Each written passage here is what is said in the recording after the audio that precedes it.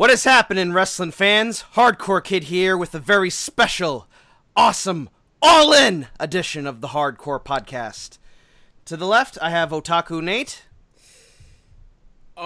This is the worst wrestling event I've ever been to. And our guest reviewers, we have, of course, Duke. Sup? And making his big return, I believe this is his first appearance on the Hardcore Podcast, but he was actually a reviewer just like us for a number of years. I believe he was part of the Land Before Time collaboration many years ago that I also took part in. It is Writrzblok, a.k.a. Jeff Gwinnett. Hey, everybody. Hey, how you doing? How is everybody this fine afternoon? Doing okay. That's Doing good. just fine. Mm-hmm. Yeah, so yeah, we actually came back from Starrcast and All in Chicago, Schaumburg, Illinois, this past weekend. You're probably wondering how we were able to afford all that. Well, tell us, Nate. Okay, so I planned to watch All In. Maybe I'd buy the pay-per-view, maybe I wouldn't, but I was more interested in Starrcast, because, you know, hey, I like podcast and wrestling-related things. I love wrestling podcasts. My personal favorite being What Happened When? Mondays with Tony Schiavone. So I bought the Starrcast pay-per-view on discount at Otakon, because it was the last day they were selling it for $80. Thing usually was going for around like $100. So it was around the 25th or so, and I was in the middle of Acme, doing my job, wasting away my career there. And then suddenly, I get an email from Fight.tv saying that I was the winner of the Fight.tv All-In drawing. Wow. Yeah. They apparently held it on Twitch, and I didn't attend it because reasons. And I had to email them back saying, this is a joke. This has to be a joke. This cannot be real. Sure enough, Keith Evans from Fight.tv, God bless him, he emailed me back and saying, you know, yes it is. We are going to be flying to Chicago, Schaumburg actually. Schaumburg, for Hoffman both Estates. All In and Starrcast. All expenses paid, though transportation was not included. Ugh. And yeah, we got to be a part of wrestling history and had a pretty fun convention. So we're going to split this up into two parts. First, we're going to talk about Starrcast, and then we're going to talk about All In a separate video. Yeah, so Starrcast was held at the Hyatt Regency. Hyatt Regency in Schaumburg, Illinois. Pretty big hotel. I've seen bigger. I've seen bigger. The hotel rooms was like the biggest room I've ever gotten. Like there's like two separate sections. There's like a living room, a little dining room area, another room for the beds, and two TVs, two bathrooms. Jinx. Yeah, but I actually uploaded a video on my channel just doing a little tour of the place, and I'm like, this is the worst hotel room I've ever been in. Man, making fun of SCU. SCU! We'll be talking about SoCal Uncensored, even though no, I'll save that joke for later. Yes, please. Yeah, but so the convention center, it was. It looked like it. Was this the first time they've had Starrcast? Yeah, this is the first, and it might be the only time, because Conrad did an interview saying that he might be all out for the next one, and I bumped into Conrad several times. Conrad Thompson, by the way, can we just appreciate everything he's done for the wrestling business in the past year? You know, he's a real estate agent by day. He hosts 3 wrestling podcasts with Bruce Pritchard, Tony Schiavone, and Eric Bischoff separately, and he organized this whole thing. And I'll give him credit, you know, I know that a lot of people were talking about the disorganization, we'll talk about that, but let's be honest. Organizing a convention, especially one at this scale, is hard. There's a lot that goes into organizing a convention. Trust a guy who knows, who's been going to these things, mostly the anime type, for years upon years now. When you have a convention of this magnitude, with this many guests, there's going to be a lot of snafu, and unfortunately, there was some throughout the weekend, but we'll get into that. Yeah, especially when you consider that this whole event, the show, like the all-in show, sold out. The attendance round up to 10,411 people, and quite a good number of them actually attended Starrcast alongside it. I'm guessing there was like 2,000 people there at in least. a hotel that could hold like, in a hotel space that could hold like 3,000. Like, the main issue, the big choke point was the main hallway. That's where, like, they had all the meet and greet tables out there. They had some pretty good guests. Yeah, they got all kinds of guests. I got a whole collection of autographs that I got this weekend. Me too. I got Young Bucks, Cody, Scott Steiner, Steiner Mania. Can we save that for later? But oh, okay. But they had a lot of really cool guests. You know, you had the members of the Elite, along with other stars from the present like Jay Lethal, Tessa Blanchard. I heard PCO, who I was excited to meet, and we'll talk about PCO in a minute.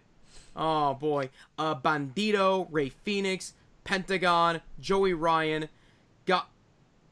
guys from the wrestling podcasting world like Josh Chernoff, who's a member of the After Chat. Speaking of which, you had Bill Apter, you had Bruce Pritchard, Tony Schiavone, Eric Bischoff, Jeff Jarrett. Just about everybody. Along with, and for some reason, David Arquette and Macaulay Culkin. Hey, why not? Why not, right? Hey. Sure. Who could you imagine a crossover between Home Alone and wrestling? Actually, I could see that. I could totally see Matt easily. I could totally see it being the Elite episode where Matt and Nick are just like setting up traps to catch those stupid Barry the Bear and Bernard the Bear who were breaking into their house or something. Played by Jim Cornette and Vince. Actually, no, that would never work. Maybe it really was Cornette and Russo. Maybe it's a swerve, brother. Mm-hmm. But yeah, you had the entirety of the Bullet Club. You had Kota Ibushi. You had Brutus Magnus, or as he's known by his real name, Nick Aldis. Jay Lethal, Phoenix, Chelsea Green, Stephen Amell from Arrow, who also had a match. Rey Mysterio, Jerry Lynn, Christopher Daniels, Frankie Kazarian, Scorpio Sky, Nash, Hall, and X-Pac, DDP, Bruce Pritchard, Jeff Jarrett, Conan, Lex Luger, just about like everybody you could think of that isn't in WWE right now. Mm-hmm. It was amazing, and I got a lot of autographs by everybody. Me too. It was a little bit of a confusion because apparently, as far as VIP goes, the meet and greets with the Bullet Club were free for me, but I had to actually show. They didn't give us like lanyards to indicate that like we were the Fight.tv contest winners. Oh yeah, that you know that stuff happens. Mm-hmm. Well, again, it's someone like who has gone to like conventions and such, man.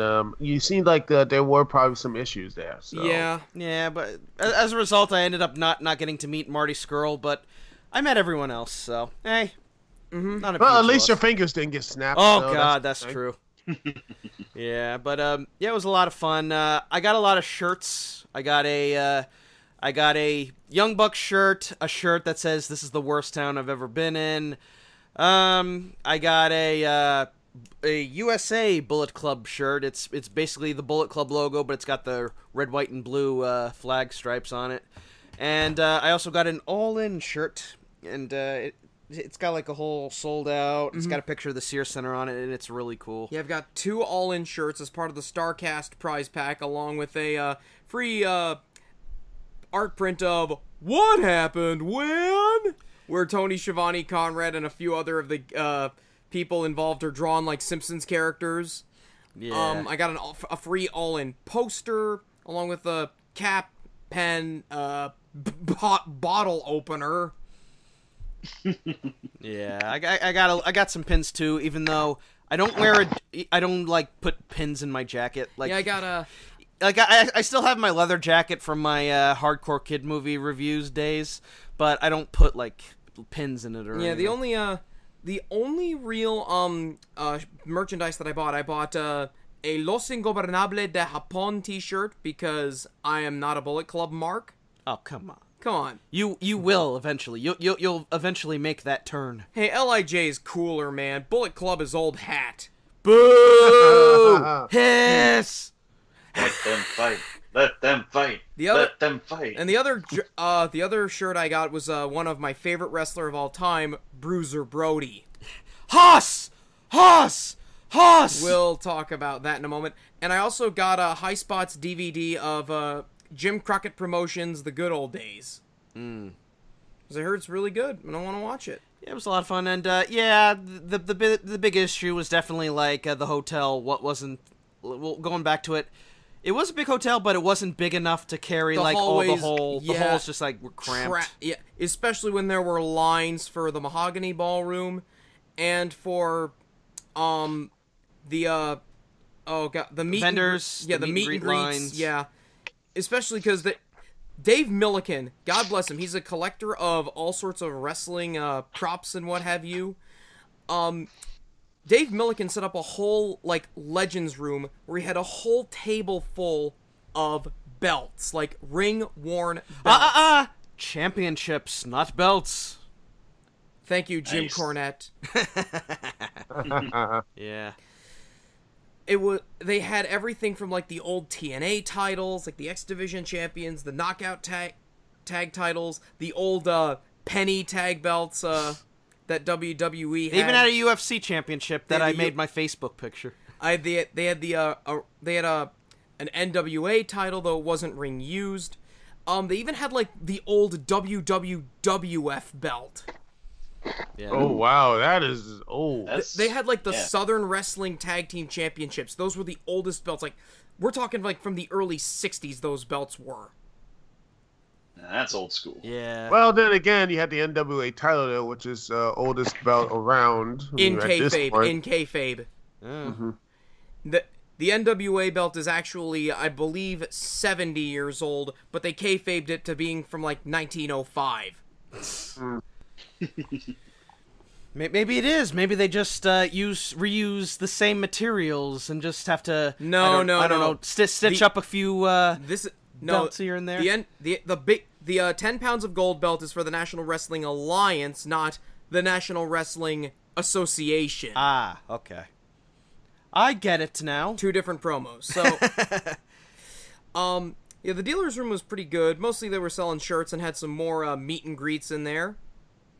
I'm gonna go get my autographs just to list off like who I got signed by. So, yeah, the problems, of course, were with the crowds and the confusion with the meet and greets, because you had to buy a ticket to get into the events. Yeah, and that was a bit of a cluster. Yeah, I mean, I got into the firing squad signing, and I thought that I wasn't supposed to be there because I didn't have my ticket, but apparently, like, all I had to do was just show them my Fight.tv verification email. And it's also good. There was one security guard dude with the tattoos there that where I was able to show everything, and then when I'd see him again, I'd show him the thing, and I'm like, hey, yeah, you can go right in then. Yeah. Yeah.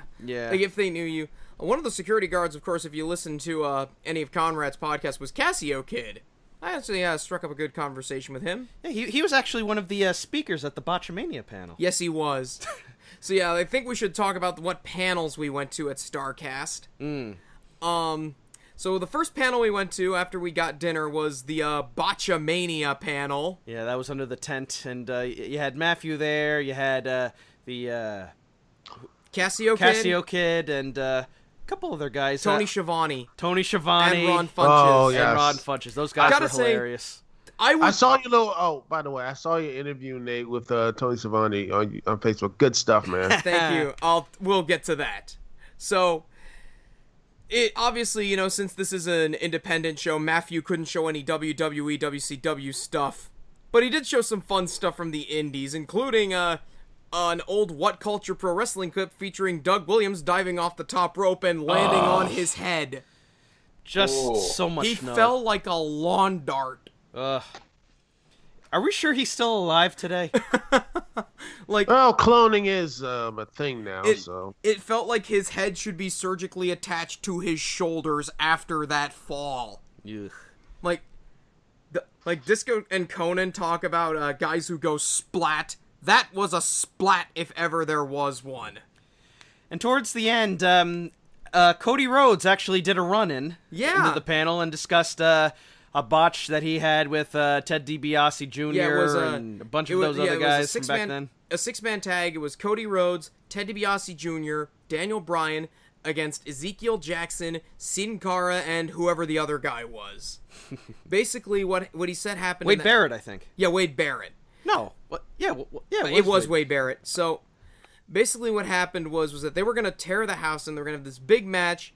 Ted DiBiase, I believe, got slammed to the mat, and he missed his cue to kick out. He got knocked out. He was pinned. Yes. And after that, like, Ted DiBiase went to the back absolutely livid and just yelled at Vince McMahon and then yelled at the referee for screwing things up. And all I had to say to that is, yes, Ted DiBiase Jr., it was totally the ref's fault that you forgot to kick out at 2. Yeah. Oh, Ted, man. You're kind of Oh, Ted, man. You know, he tried so hard, but yet no one cared. Nobody even cared about him to begin with. It's a shame considering he's the son of the money $1 million man, Ted DiBiase. He a third-generation wrestler. Yeah. Well, apparently charisma is not passed down through genetics. Mm-hmm. Well, it can be. Yeah, but to be fair, Cody, he did have the DiBiase posse once upon a time. I don't even remember that. Yeah, the other one that I took away from the Botchamania panel, as far as like funny things go, they showed, of course, the Super Dragon chant. Super Dragon. Shut the fuck up. Like, the crowd was singing along with it. Yeah. Then there was, but my favorite one was, they showed one with a CZW main event match between Drew Gulak and some other... Oh, dear Lord. Some other geek. Some other geek I've never heard of, but you thought that people hijacking WWE events was bad? This was done on an indie show. Like, they were chanting names of people who weren't even in the match. Like, some of their chants included... Whitney Houston!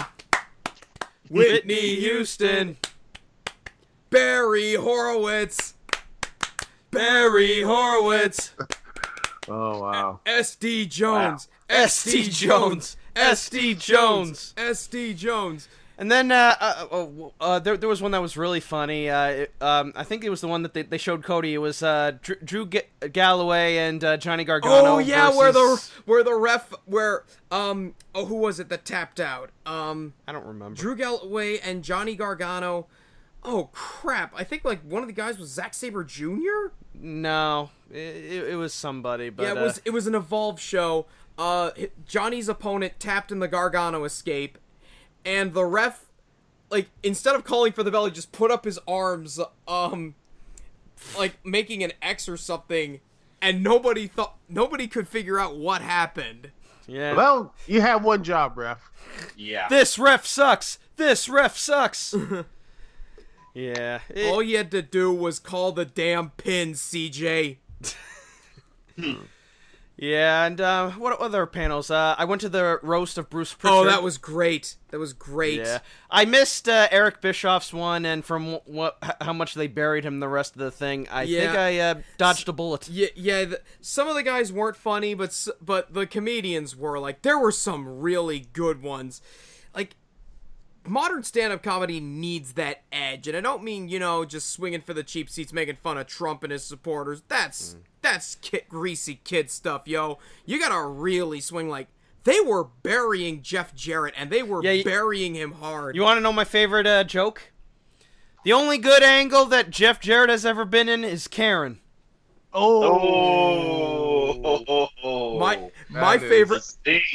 My favorite one was Jeff Jarrett is a wrestling terrorist throwing trash all around the ring. I'd compare him to Osama bin Laden, but Osama bin Laden had 2 successful impacts. Jeff Jarrett can't even get one. Oh, God. Wow. They also See, that's why we need to have a bit of a little edge into humor these days. Like I watched the Comedy Central roast of Bruce Willis, and it was just there was just no edge. There was no kick to it. It was just there was one there that I really liked. It involved X-Pac. I forget which one it was because they had several comedians there. X-Pac showed up to an episode of Raw in blackface, which is the closest Vince McMahon has ever gotten to pushing a black wrestler. Oh. Ain't that the sad truth? Mm-hmm. Yeah, it was fun, and I also went to the story time with the Young Bucks where that was Sunday. Yeah, they We're had jumping the around the timeline of here. Yeah, I really. Oh yeah, I went to the 4-Star Summit podcast with Dave Meltzer, Wade Keller, Brian Alvarez, and Bruce Mitchell, and yeah, Dave is just as boring as he ever is to listen to. Brian was surprisingly quiet. And you think, because I actually think he has the most charisma out of all the guys there, but he was he was just standing there holding the mic and staring off into space like, oh, where's the nearest Snickers cake that I can get to or something. Oh yeah, I mean, because every time I listen to him, when the chance I do, he has this animated personality. I like Brian. Yeah, and I also met him at a signing. I got him and R.D. Reynolds to sign my Death of WCW copy, and it was really cool. Brian's a real nice guy, and I hate to say this, but he also appears to be my height. I don't know. I could still probably take him in a shoot wrestling match.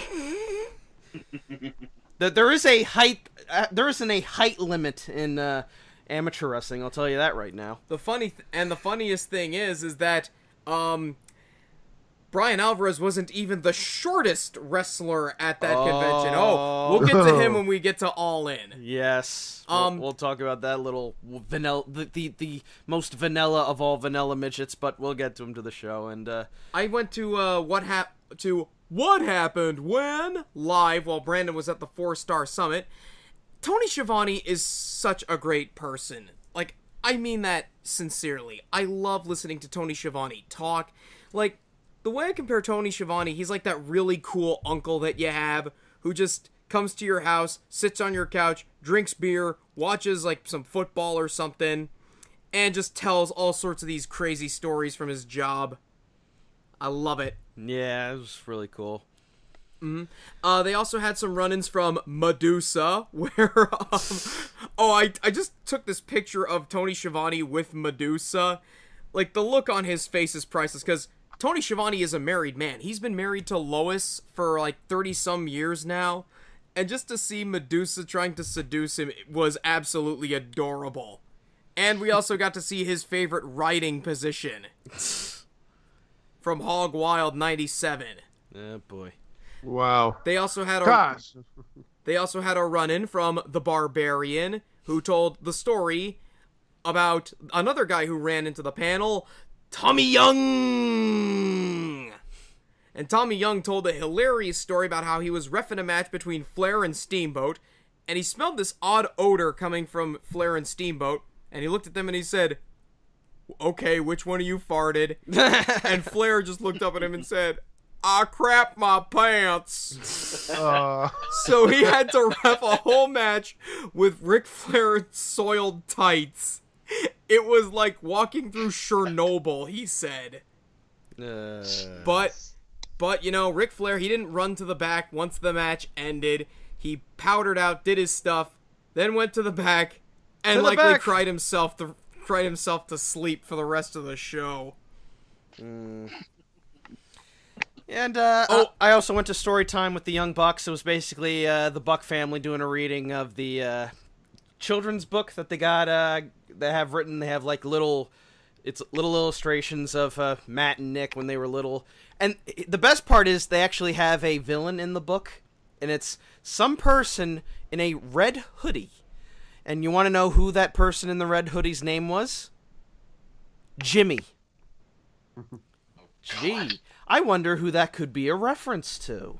And that this guy Jimmy was telling these little young bucks, "You're not big enough to be in the wrestling business. You should go back playing with your little wrestling toys." Did he carry a tennis racket? I think I saw a racket in there somewhere. I did not look at the book since I don't have time for that kind of thing. I'm too busy reading adult books like Golden Kamui and Captain Harlock. Yes. Oh, also, the What Happened When panel ended with a run-in from Scott Steiner. Ha! Oh God. Like, the whole room marked out, because they played his music and everything. Because usually whenever, like, a panel runs over, they often signal saying, you know, hey, you got this much time left. That didn't happen, because they just hit Steiner's music, the whole room popped. Yeah. Sadly, they had to cancel my favorite, event, because, one of the guests couldn't make it. They were planning on doing an empty arena match retrospective with Jerry the King Lawler and Terry Funk. Unfortunately, Terry was not feeling good, so they had to cancel it. Hopefully he gets better.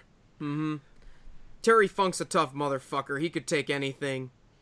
Yeah, sad. The dude, comes back every time. You think he's done. You think he's over. Next, he comes back. I mean, how many times he's retired from pro wrestling only to come back? What, 60, 70 times? He's Every year. He's the Hayao Miyazaki of professional wrestling. Just when you think he's made his final movie, he suddenly comes back.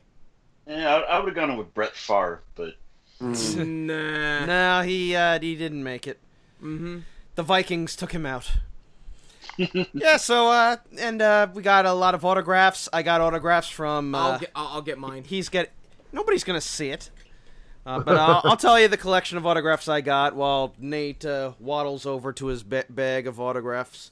So the whole weekend I got autographs from Scott Steiner, Jeff Cobb, a.k.a. Matanza, who is also my height, which is astonishing. Cody Rhodes, the Young Bucks, Austin Aries, Christopher Daniels, Frankie Kazarian, and Scorpio Sky. SCU! Pentagon. Who the heck else? I had a lot of people. I got signatures. Holla Playa, Teddy Long, and Sergeant Slaughter, R.D. Reynolds and Brian Alvarez, and Awesome Kong. All right. Oh, yes. Yeah. The greatness Nice. that is Awesome Kong. Yes. nice. I got 3 autographs for my brother. I got Hurricane, I got Teddy Long, and Ron Simmons, which I shall put on his desk. And it just fell off. Oh dear. Good job. Damn. I also got a Disco Inferno, Kevin Nash, Scott Hall, and X-Pac. Hey, yo. Brandon got me a signature of the Young Bucks. Jay Lethal. Jay Lethal, Kenny Omega, and Kota Ibushi. Oh, yeah, Kenny and Coda got them too. Scott Steiner, Huh? PCO, PCO. The Firing Squad, Buff Bagwell, Ray Phoenix, which was included with the prize pack, and Punishment Martinez. Yeah, and you had a breakfast with Martinez. Yes, I did went you to one not? of his eat and greets on Sunday. He was the mystery guest, actually, and it was a gamble that paid off because I could listen to Punishment Martinez talk about his time in the business for days. Like, he's incredibly smart, and he's got such a wonderful voice. Like, very deep, but very calming. Yeah, he's I saw him in the match. He looks a lot like Roman Reigns a little bit. One of the fans that I talked to about Punishment Martinez said he's what Baron Corbin should have been. Wow. Because he's big, Yeah. he's got the height, he's ripped, he's a great heel, he's charisma. Like, he is everything Baron Corbin isn't. Plus, he's actually... And What? and also he's the current Ring of Honor television champion. Yeah, he had the belt with him. I got a picture of me with it. Nice. I did, however, was that guy at his panel, because we were like one of the last people at the eat and greets that day, because there were multiple going on. Austin Aries, Leva Bates, and Joey Ryan were also in the general vicinity, and I was the first to get back. I had a soup and a sandwich. Soup du jour was broccoli cheddar. And I was talking with people about how, I'm from New Jersey, and I live just about a few miles away from New York. And I like New York State, but I can't stand New York City. Yeah. And I say this just as Punishment Martinez walks into the room. Because he's from New York City. Dun dun dun!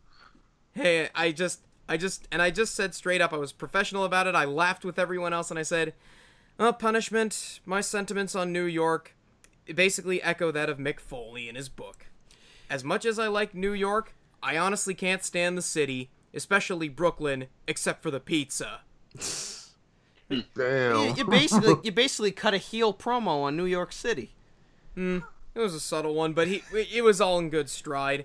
Punishment's a very nice guy and very smart, and I really hope that he gets a championship title shot in ROH, because he'd be a great world champion. Yeah, and last but not least, you want to talk about ODB's Oh yes, big the food at buff nachos. Oh god, yeah. An unannounced guest at that convention was ODB. One dirty bitch, ODB. She had her food truck with her, selling all sorts of barbecued, greasy goodness. I had a pulled pork sandwich and some of the best buffalo chicken nachos you will ever have. Yeah, I got they're called the Buff Chick Nachos. The Buff Nachos or something. Basically, it's like it's a thing of nachos, but it's got this fat ass thing of cheese. Ranch dressing. Shredded creamy chicken, and whiskey, hot spicy whiskey sauce. Oh, that was some good hot sauce. That was some good Holy crap! I was a little about it. Like, if you go to the truck, you can see flies buzzing. Like, it legit looks like a stereotypical redneck straight out of the South truck. But then when you actually get the food, god damn, it's good. Well, that's food trucks for you. Yeah. And also, water in the truck was only like $1. Mm-hmm. When you compare it to like all the other places that we went to where water was like $4. Hey, they do that. A bargain! They do that stuff at Otakon. There was like that one black guy who pushes like a cooler all around the convention center going, ice cold water, $1. $1. He makes a killing that weekend. Yeah. Anything else? Well, I went to Disco Inferno and Conan's Keeping It 100 Live. They had Hurricane with them, along with their host Jojo Feeney. Jojo Feeney is proof that all the douchebags in the United States all come from Philadelphia. except you, Farouk from BattleBots. You're cool. Hey, to be fair, some call me Johnny's not an asshole, so... Okay, that's true. City of brotherly love. Mm-hmm. And sports teams with horrible fan bases. And there was also the after party, which was just a giant clusterfuck. It was a meet and greet. They had music by Down Straight, the guys who did the Mrs. theme. And I'll say this: I will take a dozen shitty angry white boy bands over one critically acclaimed indie band any day of the week. True. Because Down Straight rock.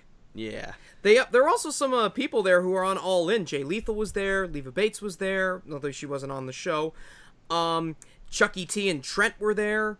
Yeah, we got pictures with Chucky T, Trent, and Earl Hebner giving you pretzels. Earl Hebner's a real pisser.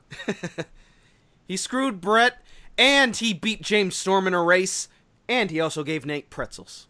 And he flipped someone the bird in a picture. Yeah. Earl Hebner. It's funny. The after party. There were two sections of the after party. One section had the bar, which is the VIP section, which we were in, and the other section had general admission. Too many people ended up going into were like in the VIP section, so they decided, okay, fuck this, and then started hovering over to the general. Section. Well, it was also when they were dismantling the barrier. Yeah, that's when it was happening. So. It was kind of like they were winding things down, so they just said fuck it. Yeah. Besides, the VIP section, aside from maybe like a few wrestlers here and there, I think it just the only difference between the two was that it had the bar, and they also had a bunch of. Oh, so Cesaro and the Sheamus were there? Yeah. Oh, I wish. We wish. Oh. Yeah, and they also had like tables with fruit chews and pretzels on them, and yeah. I downed myself with those fruit chews. Mm-hmm. Oh, like I don't drink liquor, so the only thing I can like get addicted to is like those little. They're not like Starburst, but they're not like Now or Laters. Now or Laters, that's what they're called. Yeah, but Aside from that, and aside from the whole clutter, I still had fun at Starrcast. It was still a fun experience, meeting all the wrestlers and everything. One last thing that I went to the Bunny Ears podcast with Macaulay Culkin and Matt Cohen, and Cody was on the panel, and I walked in as they were talking about amusement parks, and this warmed my heart because Cody Rhodes is an admitted fan of Defunct Land, Yay! my favorite YouTube channel. Everybody is these days. Mm-hmm. Like I like his Defunct Land episode on Action Park, which is now known as Mountain Creek, which is like 20 minutes away from where I live. I thought that was cool. He's done some videos on various roller coasters that no longer exist. There was one on Alton Towers. That ride, what was the ride called? The Blaggle. Yes, the Blaggle at Alton Towers. And and he's also done 2 episodes with Defunct Land TV. He did Bear in the Big Blue House and Legends of the Hidden Temple. Yeah, those are really good. Mm-hmm. Kenny Omega did a run-in on the panel, and they mostly just talked about movies and gaming. So because whenever I look at Kenny Omega or Cody with the blonde hair he has now, he looks like what Macaulay Culkin should look like. Oh, if God! He didn't if Macaulay Culkin didn't get into like drugs and stuff. Mm-hmm. Like all well kept, nice hair, all that other stuff. But yeah, it was fun.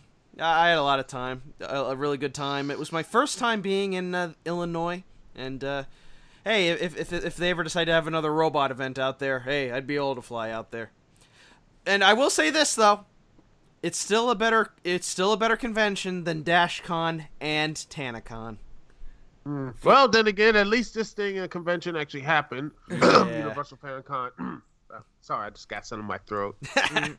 Yep. So it wasn't without its problems though. Confusion, traffic, scheduling. The schedule was constantly getting changed around. You know what they also should have had? They should have had buses for to go to and from the convention and to the event, because we paid up the ass for Ubers. Well, going home we did. Yeah, well, especially since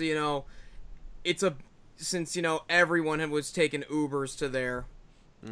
Well, yeah, but with some fixing ups, and I don't know. I'd love to see an all-in too. I'd like to see Conrad try something like this again, but he just needs somebody to help him do a better job organizing it. But he's reports say he's all out, and honestly, as much as I'd like to see him try again, I'm at least happy that he's learned his lesson. Yeah. This was a little experiment, and it had problems, but overall I think it was a success. It was, indeed. So that covers the Starrcade portion. We're going to go on to the all-in portion of the review now. Well, we're all in then. We're all in! All right. Indeed, all in. All in! Right, so let us get into the entire show. And, well, let me tell you something. The first thing I saw was the whole, the pre-show, which I was like, this is the first time I actually shot out the pre-show for any wrestling, because honestly, I'm like, pre-show, doesn't matter. But this is, I'm like, hey, this does have some effect, this will have like a match at the Over Budget Battle Royal does connect to the main show. So I'm like, hey, let me sit back and watch that. Well, we're gonna jump. We're jumping ahead a little bit. Yeah, we'll start. We'll start with the event. So, the storyline behind All In. Apparently, Cody, or was it the Bucks, or Cody and the Bucks? Cody and the Bucks got into a little bit of a Twitter war with somebody. Sir. Yeah, they said, "Oh, you think you can do so much better than the WWE? Then why don't you start your own event?" You forgot to throw in a well, you know. So, next thing you know, you have yourself your biggest well, next thing you know, you have an event that is booked as the biggest independent wrestling show ever. All In. Yes. Yeah, this is the biggest one since in WCW. Yes. Since this is the first notable event, not WWE or WCW professional wrestling event to sell 10,000 tickets since 1993. Yeah, the attendance was 10,411, and it sold out in just under a half hour. I was scared for a second that since rumor and innuendo said that a lot of the people who bought those tickets were scalpers, and that maybe it was a false claim. But as we entered that arena and we saw the mass of black T-shirts, it was the blackest event I've ever been to, and that is not being racist. It was like going to a black mass. Let's just put it that way, with all the Bullet Club T-shirts. I must be the only wrestling fan on earth without a Bullet Club T-shirt. I bought like 4 of them. I don't have one either, but okay, Jeff. Yeah. So me neither. I don't have one either. All I have is the Matt Hardy ones. I have a Brother Nero T-shirt, a Jushin Liger T-shirt. I got a Bruiser Brody shirt and an Lij shirt. So I'm good. Yep. So the seating, like when we were going in, we were thinking, oh, cool, they got us tickets to, they're probably going to be like in the nosebleed seats. Hell no. Front row, ringside. Oh, yes. Yes. If you watched If you watched the show and saw a guy in a Bruiser Brody shirt, white Bruiser Brody shirt, and a Young Bucks T-shirt, that was us. Yeah. Yes, I saw y'all on the Fight TV app, by the way, which I have to say, without some issues a bit, I like it. I really did like the Fight TV app. Yeah. But overall, though, everything else looked very good. The stage was really good. Oh my god, it looked like it looked professional. It looked like a WWE show. And they had pyro.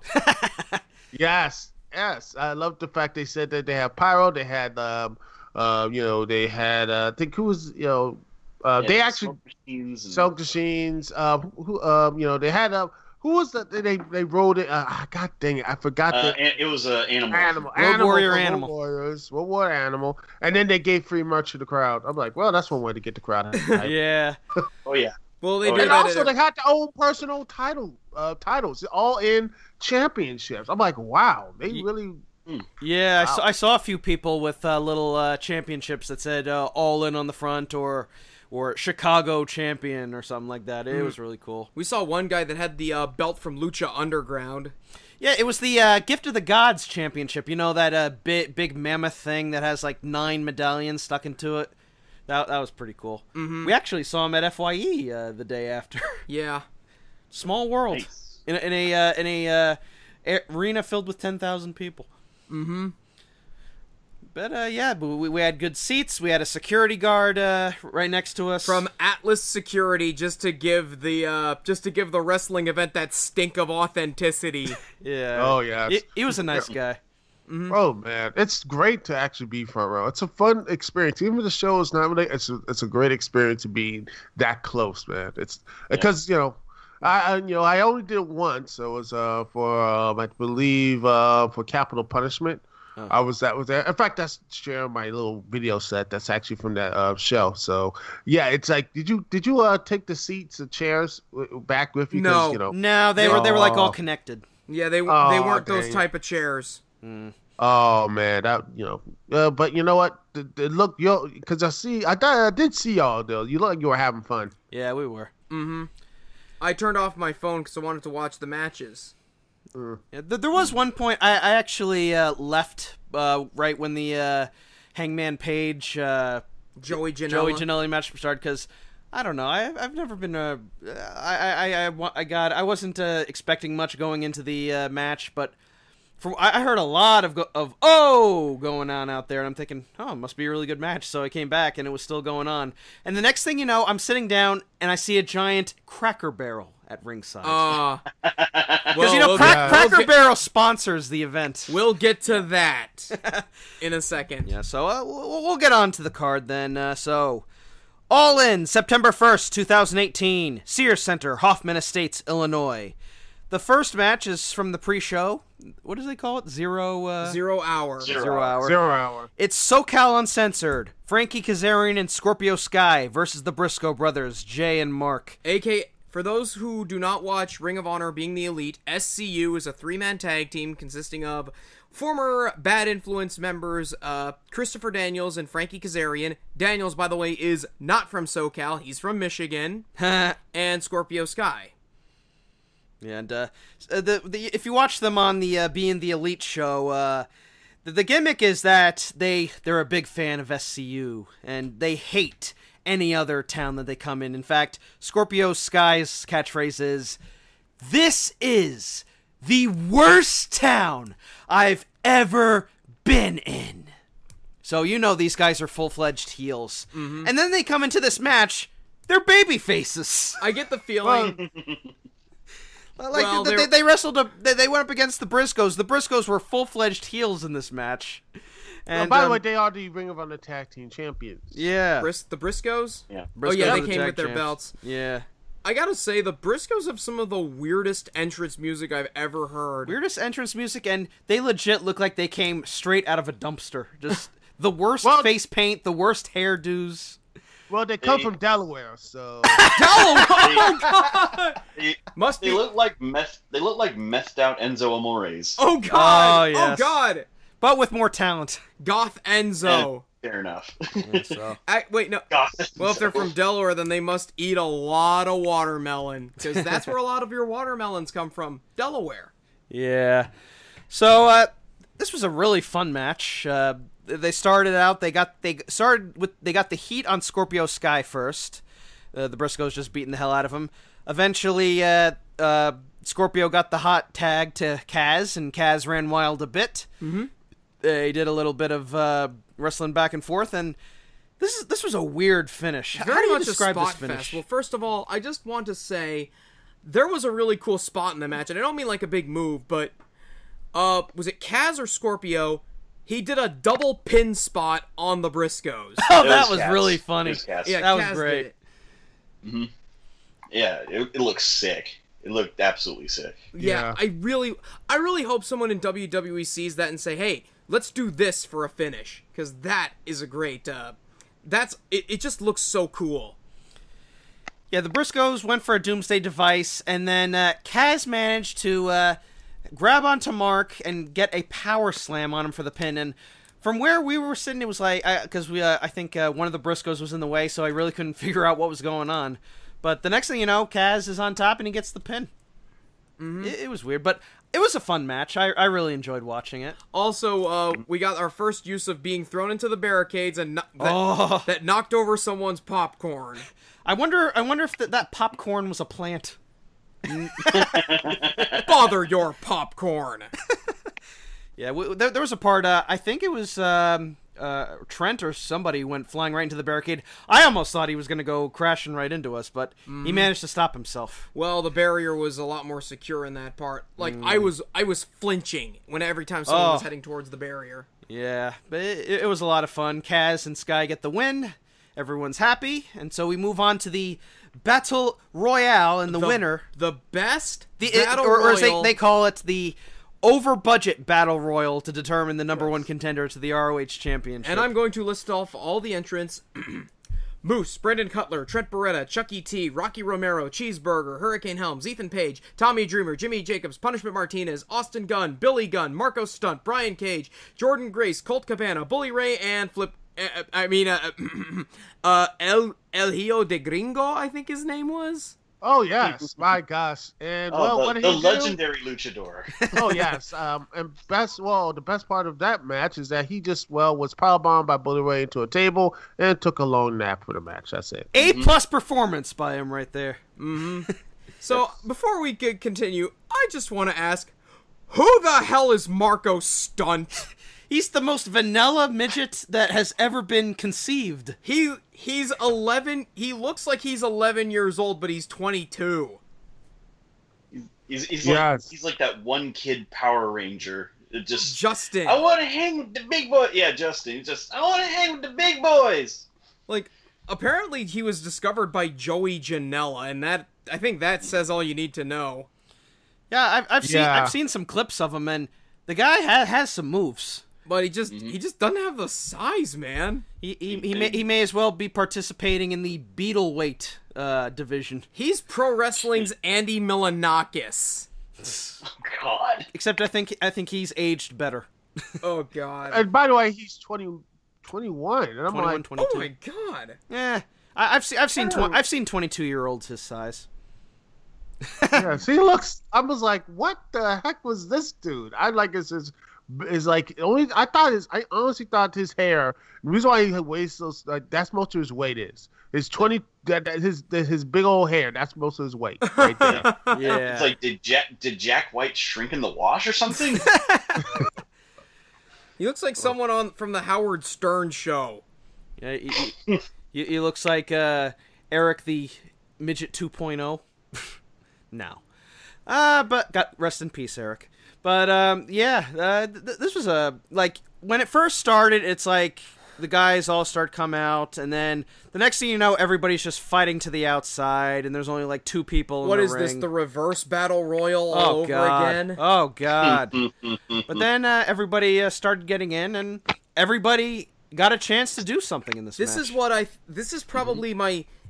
I can't decide whether this is my second or third favorite match of the night, because... For me, it's the third. The over-budget Battle Royal rewrote the book on how you make a Battle Royal. It was the right number of participants. It didn't feel crowded. Everybody had a chance to show off why they're great. There were high spots, hope spots. Tommy Dreamer got to do some hardcore stuff. Bully Ray showcased his authority. Hurricane got to be the hero. Chucky T and Trent were the jobbers in distress. I was actually rooting for Trent in this match. Me too. And I have no idea why. And guess what? Moose was the first one eliminated because no one likes him. And guess who eliminated him? Mark Strutt. Mark Strutt, yeah. And like I said this on Twitter, and I'll say this, like, him being eliminated, Moose. I'm like, I'm not mad. I'm just disappointed. Well, I didn't think he was winning. Oh, and of course, Colt Cabana. He got to be the hometown hero. Oh, yeah. Even though he didn't win. Hey, Colt Cabana, how you doing? As a little side note, apparently people were booing CM Punk at this convention whenever his name was brought up. Oh. Well, you know what? No, but after that, now that he's trying to sue Colt now, nobody's going to be chanting him now. But this probably means people are going to be chanting Colt Cabana, but you know what? So what? I think I like Colt Cabana has a nice ring to it. Mm-hmm. Colt Cabana. And actually, that's fit. No, it just sounds like a restaurant actually. Mm-hmm. Well, it's taken from Copacabana by Barry Manilow.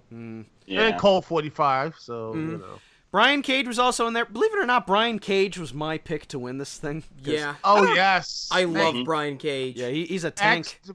Yes, he's a tank. He is legit. He can do these luchador moves. I'm like, my goodness. And by the way, he is your Impact X Division champion. Mm-hmm. So I'm like, this dude. I'm like, they need to put him up in the big joint. Yeah, he's legit. And guess who eliminated him?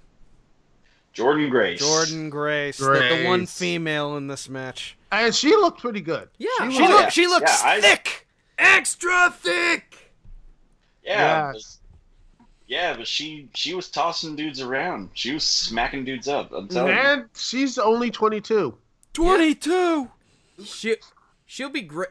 I'd love to see her in Impact or in Women of Honor. Anywhere but WWE. I'll tell you that right now. As I said, I have more respect for these guys who don't go to WWE than the ones that do. Besides, I think she might be a little too thick. If she go into WWE, she might be a little too thick for him. Well, she could definitely lift me up and toss me around the ring, and I don't mean that sexually. I am legitimately afraid of pissing her off because I think she's going to kick my ass. So, most certainly. So it came down to Bubba Ray Dudley, Colt Cabana, Jordan Grace, and who the hell was the fourth one? Do you remember? I do not. It wasn't Billy Gunn. No, he was eliminated. Wasn't Austin Gunn? No. Is it Trent Beretta? No. Both Chucky T and Trent were eliminated. Yeah, were eliminated simultaneously. Oh yeah. It was someone else. But meanwhile, it was Cage, Grace, Colt, and Bully. Yeah, Ray. it was Brian Cage, and then that's when Jaden eliminated Cage, and then Bully Ray. He eliminated Colt. He was the last one standing in the ring celebrating, and then from out of nowhere, the masked man comes out and reveals himself. Swerve. It's Flip Gordon. Who had a nice nap. Yeah. That's what it is. He had a nice nap. That's what it is. Well, you have to rest for your big match against Jay Lethal, you understand. Yes. Oh, sure. Oh, yeah. Now, for those of you who don't follow Being the Elite and have no idea who Flip Gordon is, he's a small guy. He does a lot of flips, aka Flip Gordon. Well, he is a former. I don't know if he's former or current, but he is in the Army Reserves. Oh, nice. But he appeared on Being the Elite, and his gimmick was that he would shake hands with the Young Bucks, and then usually Matt would go like, "Where do you think you're going?" And then like they'd beat the hell out of him, and Marty would break his fingers. They basically he was basically the Bullet Club's punching bag. Oh, by the way, he was in the Army National Guard and worked as a combat engineer with a specialization in explosive training. Nice. So yeah, you got a guy with some credentials there. Yeah. But the gimmick was that he was trying to find a way to get into All In, but they wouldn't book him into All In. They wouldn't give him a match or anything. So what does Flip decide to do? He dresses up as El Luchador, who's El Chico de Luchador. El Chico de Luchador, who's another character they got going on in the show.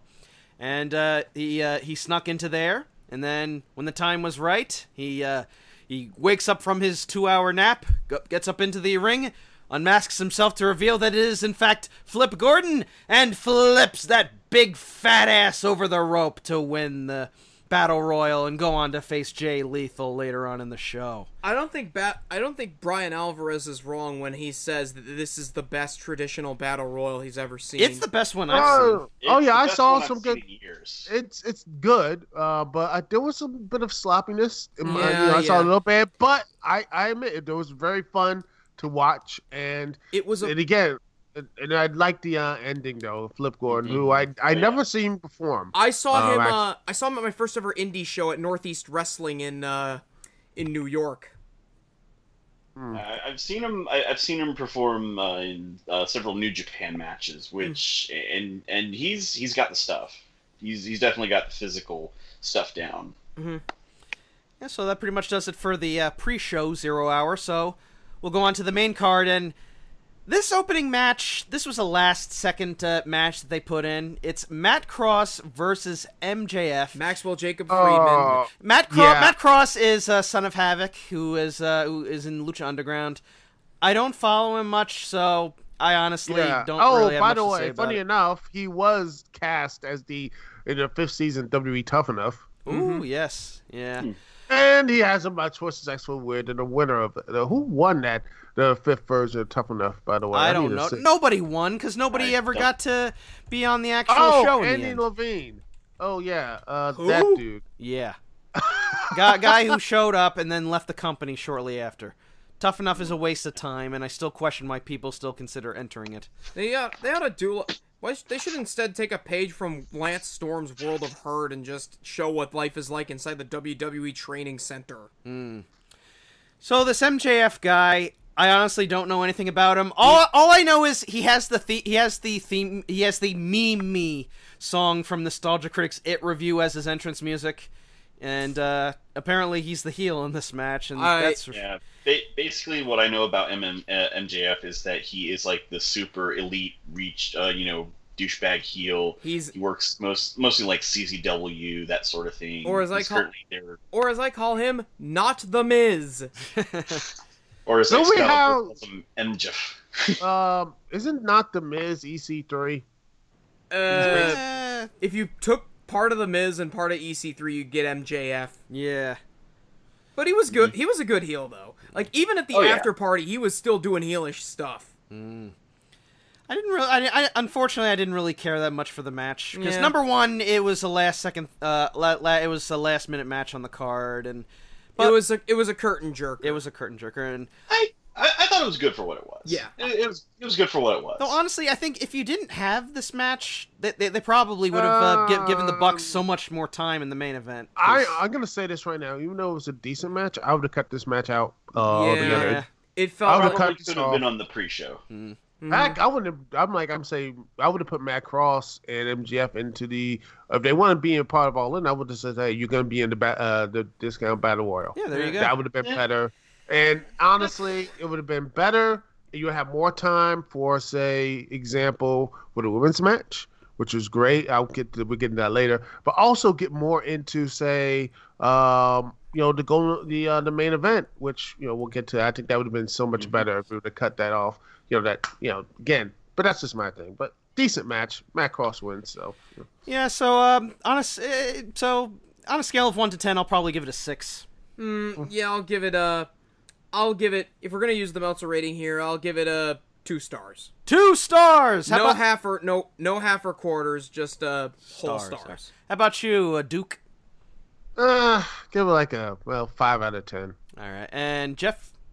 I'd say about like 6 out of 10. All right, sounds about right. It was good. They had interviews with Brutus Magnus or Aldis Nick got Aldis. some serious heat. I think next to Bubba Ray, he was the biggest heel of the night. Well, it reminded me, if you want to go to like a sports thing, it's reminded me how see like when George Foreman came in like an Africa taking on Muhammad Ali, that type of environment. Like, it doesn't matter how good the guy is, how hard. It's just like you are not going to. You're facing the dude who did this all in the show, who put all this stuff up there. You're not going to be liked. You're not going to. So it's not. So, Christopher Daniels versus Stephen Amell, of Arrow fame. Of Arrow fame. So, the story behind this is Daniels... Vigilante Club, by the way, who is connected to Bullet Club, which at this point, I say this, the Bullet Club has more members than the NWO. I wouldn't go that far. Amell actually came out to the original Bullet Club theme, which was really cool. So, the story behind this on Being the Elite... I think Daniels appeared on the Arrow TV show, didn't he? I don't know if he did or not. No, it's Cody. It was Cody. Cody. And I guess Daniels got a little jealous, and he was pissed off at Amell. He was going to challenge him at All In, and so that's how this match came to be. Jerry Lynn was the guest ref. I actually didn't recognize Jerry Lynn because he cut all his hair. He looks like Jeff Jarrett but without the facial hair. So, yeah, well, I saw him at the desk in the meet and greet vendor section at the Starrcast, and he just looked like a guy. A guy. But the match. Stephen Amell's only had like what 3 matches up to this point. 3 matches. This is his third. Yeah. So. Yeah, and I remember his first match. He actually had he was in a feud with, believe it of all people, Cody. Stardust, Cody. Yeah. And he teamed up with Neville to go up against Stardust, and I forget who it was. It was Wade Barrett. King Bear. And guess what? None of them all are in the WWE anymore. I was expecting Neville to appear at All In, but yeah, that would have been nice. It would have been nice little connecting and such. Yeah, but now, so this match, I will say this, like, Stephen Amell, when I saw him in WWE, he was all right. He pulled off some pretty fresh moves here and there. He actually performed better than he honestly should have, but he was good. So, but a part of me was thinking, I want to see this guy do some more matches. So, he has this match against Christopher Daniels, who, Christopher Daniels is 47. The man has not lost a single step. Oh no. He was moving around like he's 30. It was some good stuff. I need to know what kind This is the man. I am like, you know what? This dude is like the like he's just that good. He just comes in. I don't want to say he's like funny enough, the referee was Jerry Lynn, and I'm like, he reminds me of that, like a dude who just continues to get better and better at age and such. Minoru Suzuki is one that comes to mind. That guy just turned 50. Yeah. But Amell actually did quite a few moves here. He actually did the deal and hit a Falcon Arrow, which was really cool, and all kinds of stuff. There was a table spot that they set up, and Amell tried to send Daniels through the table, but Daniels got out of the way, and Amell just crashed and burned right through this table. It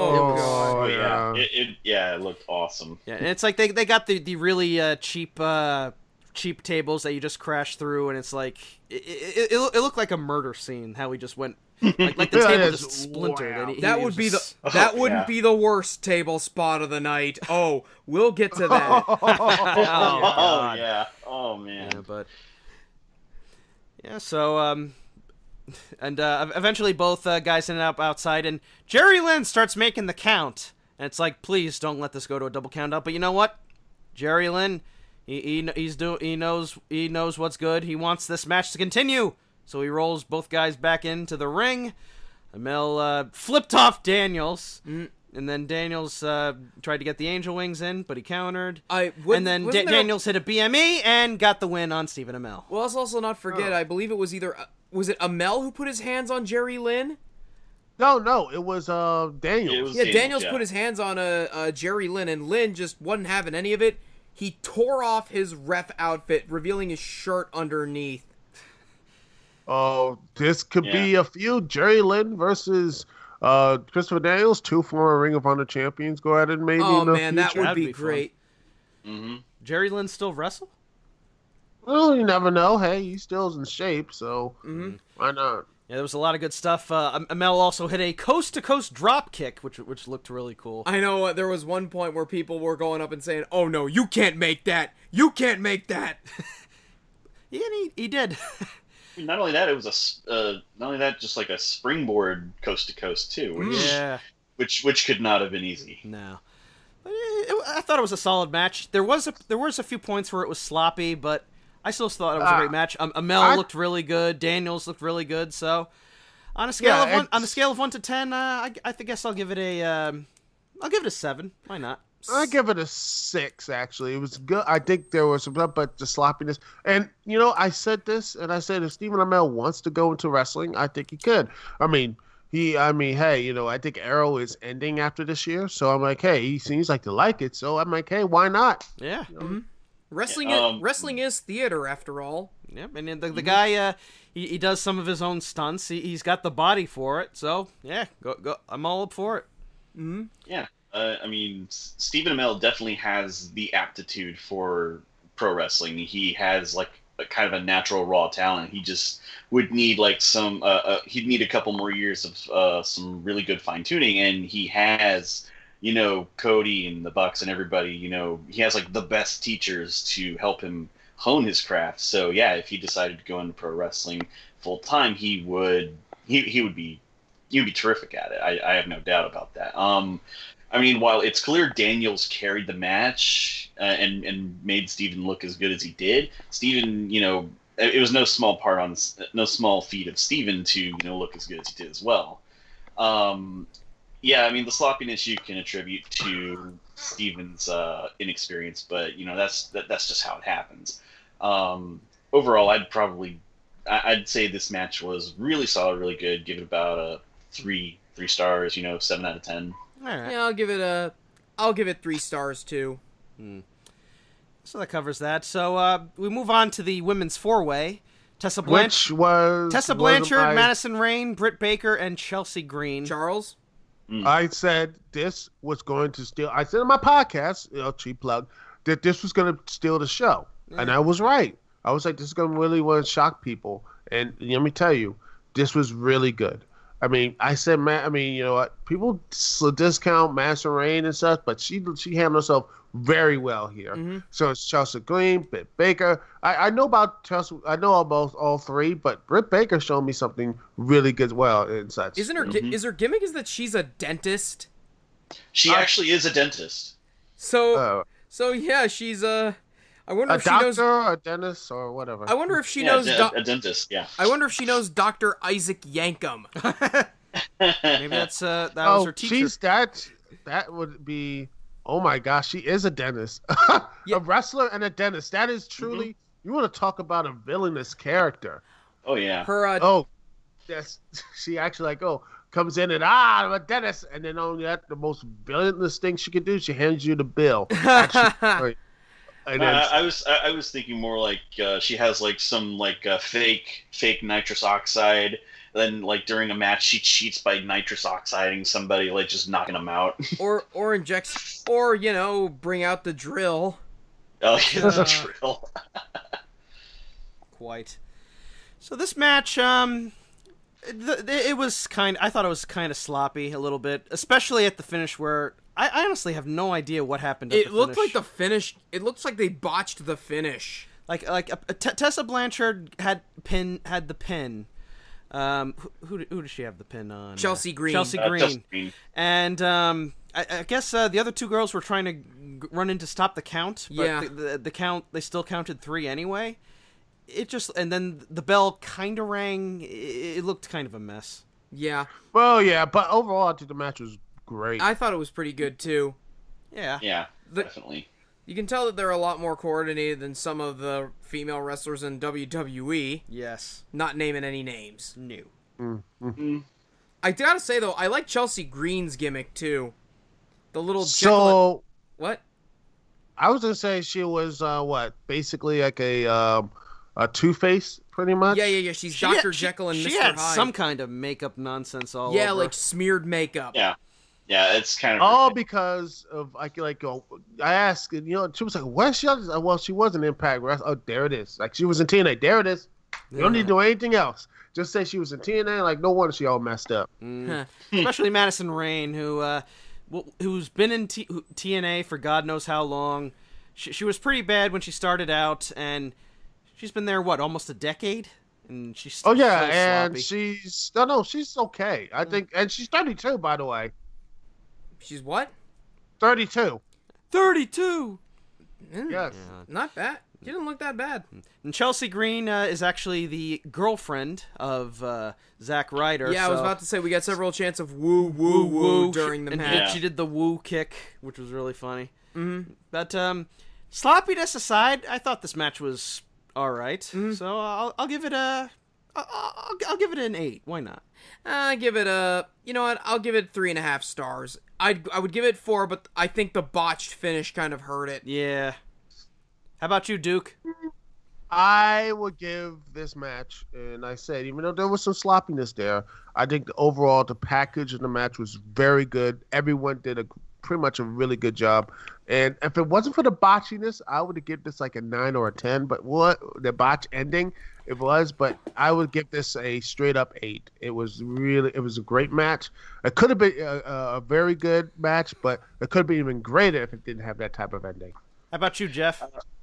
Pretty much like everybody else has said, this was a fantastic match. Ending aside, Tessa Blanchard really showed some really impressed the fuck out of me. Oh yeah, she is. Like she bench, was. Bench pressing Madison Rayne over the top rope, just awesome. Really all of them showed some really terrific spots. I'd say this gets about like a 3. 3 out of 10. 3 out of 5. 3 out of 10. Whoa. 3 out of 5. 3 out of 5. Damn it. But Tessa Blanchard, who I've been watching Impact Wrestling, she is very talented, and she's really good, and the Impact Knockout Champion. Even though she did lose to Madison Rayne not once but twice earlier in the year. So, but then again, Madison Rayne fought against lost and about her title match, and then got buried alive, and then she's here. So wrestling. Mm-hmm. Yep. So we're now in the midway point through the show. So now it's time for the championship match. What? Yeah. NWA World Heavyweight Championship match between Nick Aldis and Cody Rhodes. Yeah, I was curious as to why they put this in the middle of the show, but after listening to Punishment Martinez talking about the behind-the-scenes stuff at All In, I understand why. Because you needed the length of time for this match. Otherwise, it wouldn't have been effective. As memorable or as impactful as it. Because let me tell you, this match was, it was this big fight feel to it. And that's what I missed about what wrestling used to. When you have important championship matches, it felt like, man, I like seeing that stuff. Wrestlers coming out, like going to the position and just sitting there, like, ready to go, getting people behind them like that. To me, I'm like, this showed me right here. This champ, even though it was like the middle matchup, this showed me this match, this championship, the NWA title, the 10 pounds of gold. The presentation felt it was much more important and relevant to any championship in WWE in the past like 10, 15 years. I I'm like, this, when I think of championship, I'm like, this is what it's supposed to be. This is what it's supposed to be. I loved the opening shots of Cody Cody and Nick Aldis walking through the backstage area with the posse surrounding them. Like, yes. It's something you don't see in wrestling anymore. Yeah, like Cody had Brandy Rhodes, who was wearing a glorious sparkly outfit. See-through. Yeah, you had DDP, you had Tommy Dreamer, and you had Pharaoh. Glacier. Yes. And Magnus had Jeff Jarrett, Sean Daivari, Tim Storm, and, of all people, Sam Shaw. Well, I was unaware Sam Shaw still had a career. The last time I saw this guy, he was stalking Christy Hemme in TNA. He was. Yes. Well, to be fair, he came back. GFW's defeat Crimson to win the inaugural TNT champion, and then pretty much faded. And he lost the title to Crazy Steve. The end. According to Wikipedia. Yeah. But who cares about GFW? No. So this match, good that they got a little jostling back and forth, and if there is one disadvantage of being so close to the ring, is that sometimes you can see where punches are landing and aren't landing. Like, there was a point where Cody kicks Magnus in the face. Magnus sells, but the kick doesn't even come anywhere near his face. Oh, I saw that too. Yeah, Holy crap. It showed on the broadcast too. That camera angle was not kind. No. By the way, how was the commentary? Because we did not buy the pay-per-view. You were there, so it was actually good. I didn't want to rip my ears off, which is every time I watch WWE stuff, because that's average what it is, pretty much is. You just sit there, you're like, shut up, Cole. Shut up, coach. No one cares about your words of the day or night or anything else. Stop. Just shut up and let these things happen. And Shut up too, Cody Graves. You're trying to be hipster tattooed ass. Shut up. Who's by the way? Who was his who's the masked wrestler doing commentary? That is Excalibur. He runs PWG, and he is a terrific commentator. Oh yes, he is on point. And hey, you know what? Again, just like the diversity of the commentating cast here was very good. The guest commentators, when they brought them in, were actually pretty good. The women commentators were actually pretty good. Dalton Castle was on commentary. Oh yes, he was there too. Fun fact: we ate at this restaurant called Pixels. No, it's 257. 257 Pixels, pints, and plates. Nate sat in this big ass chair, and it was that looked like a throne. And Dalton Castle sat in that same chair the day before. It was Nate was starstruck. Mm-hmm. So this match, they had a little back and forth. The turning point came when Magnus was out on the floor. Cody goes in to try and hit a double axe slam on him. When Magnus just punches Cody right in the face, and he goes down, and he's down for a long time. Try to do that with Ray Barrett, man. Just like, boom! Yeah. And then they make it look like, oh, this match is going to end early, and Cody's really hurt. Yeah. Then for what, I don't know what the heck happened, but Daivari ends up running right into the ring. Yeah. And then it was DDP. And then DDP comes out and gives him the diamond cutter. Yeah. DDP came out first. He came out to give Cody support, or rather to tell him, okay, Cody, now's your cue to blade. Yeah, that whole segment was built just so Cody could go under the table and gig for a really long time. And it showed. Yeah, I got people on Twitter will like say, "Oh crap, like is this part of the show?" There were people questioning. I'm like, it's part of the show. I'm like, nah, man, this is good. I'm like, Cody's good. And I saw Cody's face. I saw Cody's face at the signing, and his forehead was like cut to shit. You could see the blade marks right in the top. Yeah, but if you're gonna distract 10,000 people, in an entire universe of people, have Diamond Dallas Page hit a diamond cutter. Hell yeah. Mm-hmm. And then bam, and then took out Sean Daivari, who I'm like, okay, well that was just like, well, that's a good way to get a paycheck. But then the match continued on, and you saw again. Cody did the really good face and peril. Nick Aldis again. I think he started to embrace the heel thing a bit more. And he's been a heel for most of his career. Yeah, even though he builds himself as a gentleman. But yeah, It was really it was again the presentation, the story being told, all this type of stuff. It just really felt like, this match was important. The match itself, well, if you take that away, is, well, pretty decent. I thought I consider it the third best match of the show. I think I'd say fourth. I'd say it was fourth. Yeah, fourth. But yeah, there were other matches that were better than this, and later on we will see that stuff there. But I just sat there and I'm like, man, the presentation alone could put this. I was like, they really care. You felt for these characters. You felt like Nick Aldis. You felt like he had to win because it just like he was really the underdog. He is like this will prove him that he is not just this fly by night champion. He's like, he is legitimate. He is great, and that's the thing. Cody just had pressure on him because this is a big event, all in, all this stuff. He has a chance to win a championship that his father, Dusty Rhodes, held once upon a time. The story there was really good, and see how desperate of it. Heck, Brandy Rhodes got into it. Yeah, Brandy Rhodes. She took a splash to protect Cody right in the middle there. That was an excellent bit of storytelling. That's Cody being a great. That's true love right there. That's true love.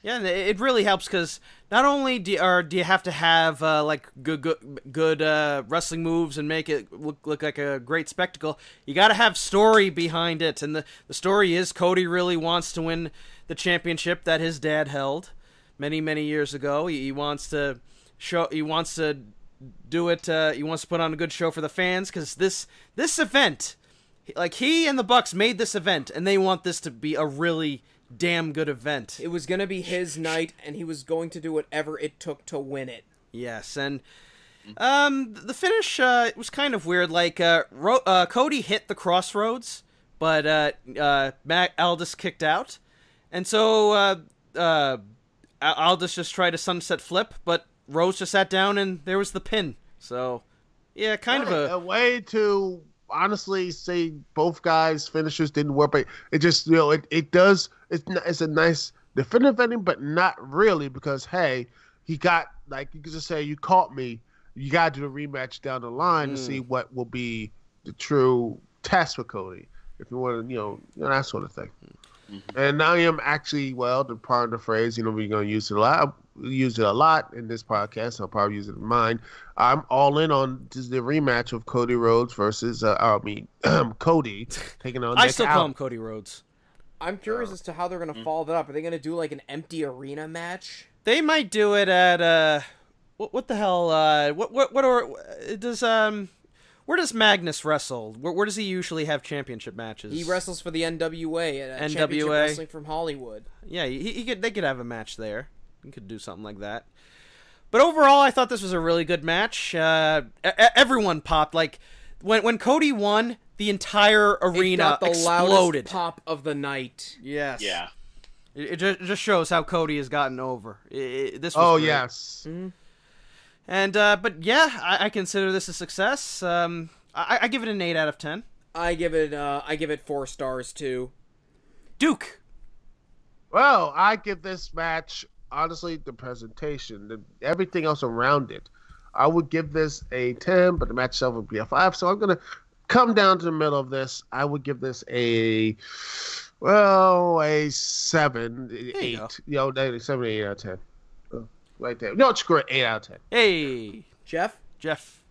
Yeah, the storytelling really makes it excel past, any sort of physical shortcomings, which, I mean, honestly, there weren't that many.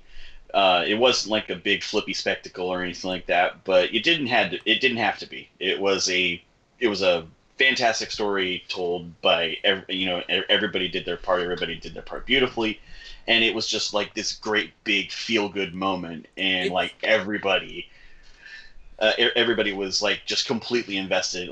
And when Aldis hit that elbow drop on Brandy, and everybody's like, I was like, he is right now the most hated man in that building. Well, it's not, hey, I mean, that's love right there, but Oh yeah.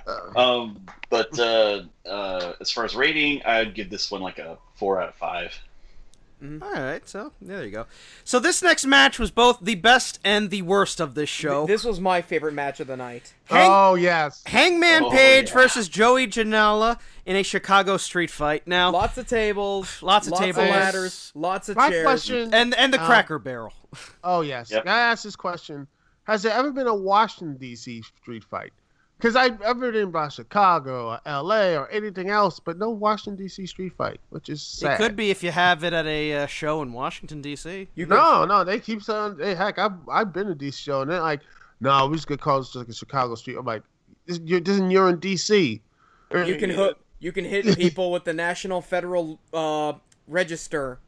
Nah. Yeah, I mean, come on. So, I mean, in that case, you might as well like any street fight takes place in the town. There you go, like a Sheboygan street fight. I mean, so the story of this match is that in being the Elite, Hangman Page got pissed off at Joey Ryan, I guess, because Joey Ryan's gimmick is that he's like He's a porn star. He's a porn star. He's got a porn stash. And his dick has supernatural powers. He has the power of orgasmo in his dick. He has the power of super dickery. Yeah. So and what happened was Hangman Page actually murdered Joey Ryan, and now which was framed by Christopher Dales to get Stephen Amell in jail, which again, it connects to all of these little stories and such. Yep. I do feel though that if you were a casual fan, you probably would have no idea what was going on, since a lot of this is in Being the Elite. Yeah, like there's just so like I watch Being the Elite, but this is the one storyline I skip. I just haven't. God bless Hangman Page, but he's not my favorite guy. Yeah, in the and Bullet meanwhile, Club. I saw video of the video of the Elite and everything, and it showed up all the stuff, and they had the cowboy boots talking to him. I'm like, okay, fine. It's dumb. Makes about as much sense as anything else in wrestling. So Yeah. Mm-hmm.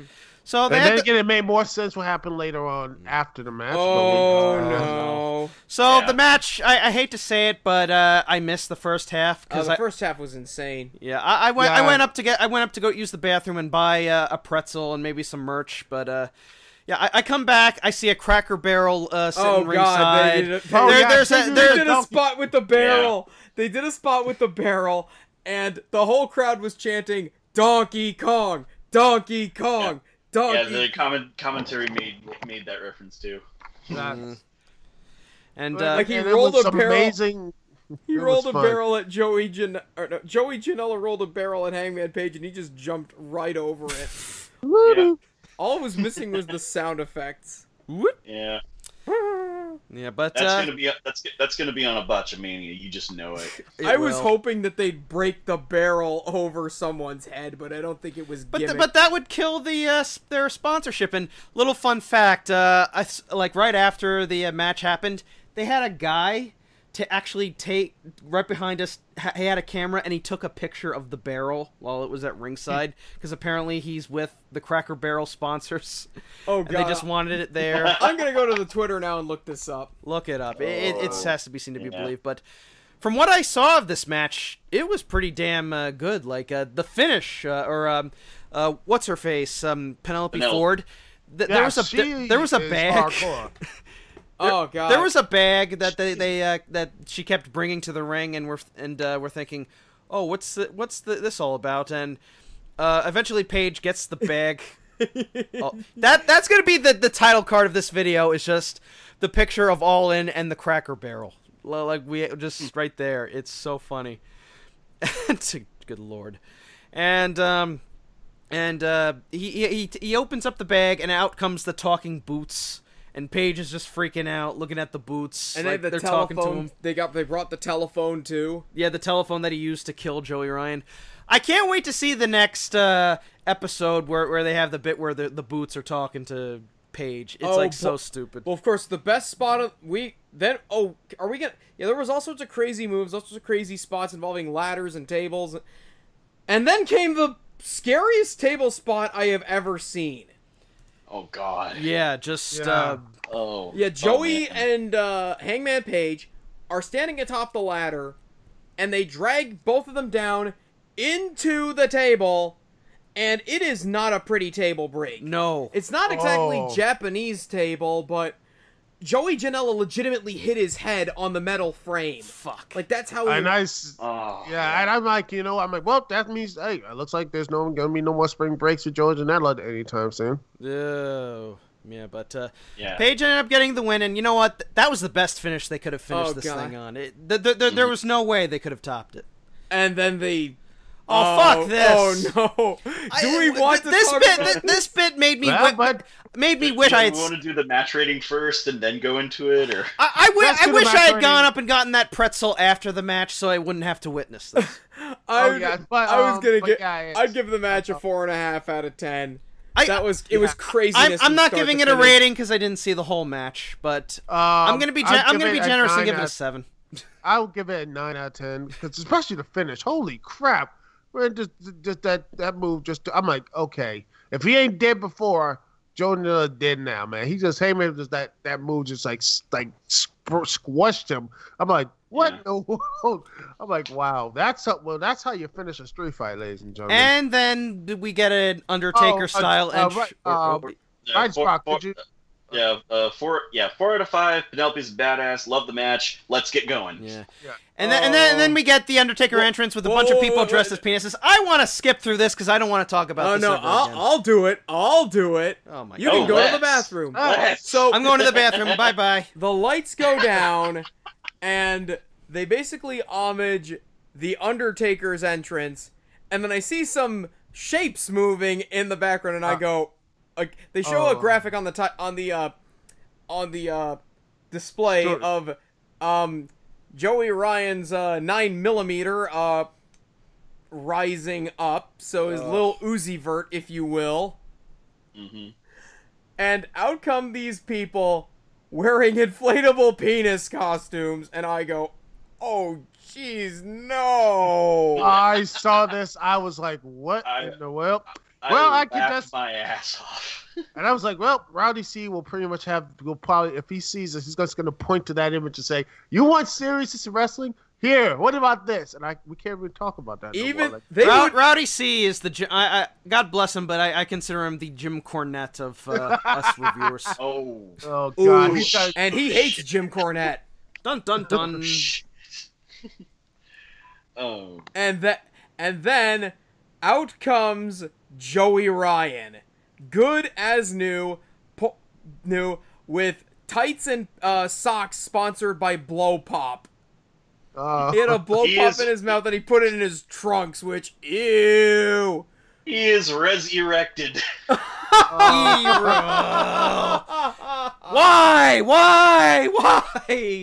And naturally, Hangman tries to grasp his penis and tear it off, but naturally, the pipe is stronger than the hand.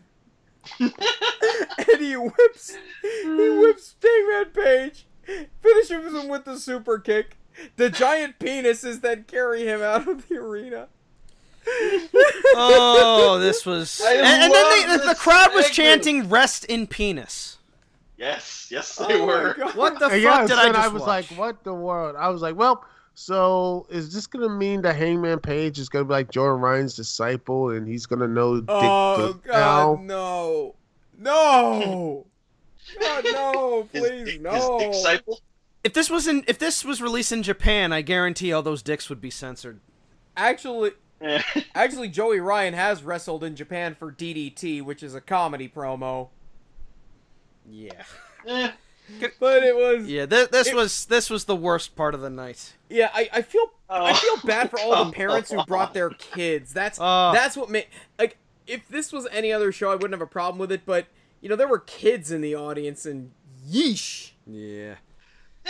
Like, kind apparently, of a tug your collar moment, I guess. Like, apparently, one of the fans told us that they had a pair of parents who brought their, daughter with them, and as soon as the penises came out, they turned her away for the majority of the segment. I see, that's responsible parenting. Yeah. This stuff wouldn't fly in the Attitude Era. No. Even if it did have Val Venus squirting people with a squirt gun filled with his DNA, but I'm pretty sure Val Venus laughed his ass off at this segment. Oh, yeah. Let's move on to this before I get sick. So we have our ROH World Championship match. Black Machismo Jay Lethal versus Flip Gordon. Jay Lethal... Actually, Brandon slapped my shoulder. Oh, boy.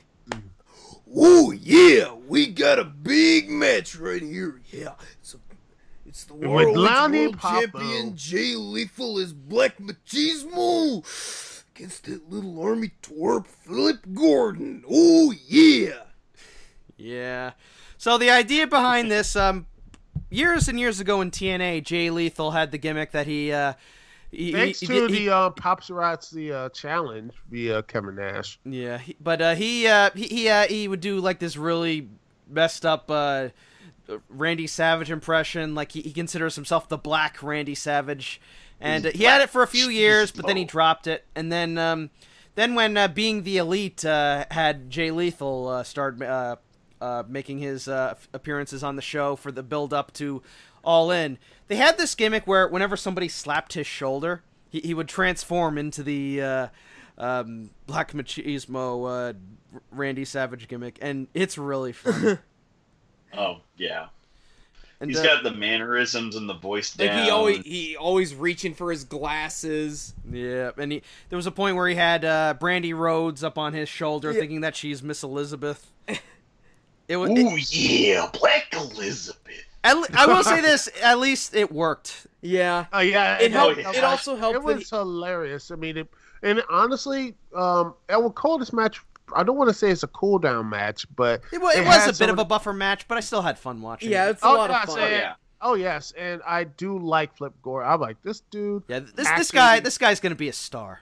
I'm telling Oh you. yes, I thought he was going to win at some point. So I'm like, Oh my that would- God. Nah, I had a feeling Lethal was gonna win. Thing is, he already won by booking his own ass on the show.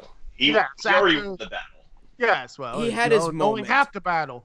As you know, he was wearing GI Joe trunks. Uh-huh. Yes, yes. Complete with with his name in the GI Joe font. Yep.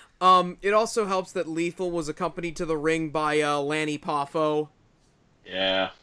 and Brother of Randy Savage. he also had Lanny- he had the Macho Man tights, the Macho Man jacket. I believe they Yeah. said those were actually Macho Man's tights or jacket. Yeah, or that's something. Yeah. that's what I heard. Yeah. Castles and all, my friends. Yeah, it was awesome. And overall, they had a very fun match. Lots of high spots. Lots of high flips. spots. Lots of flips.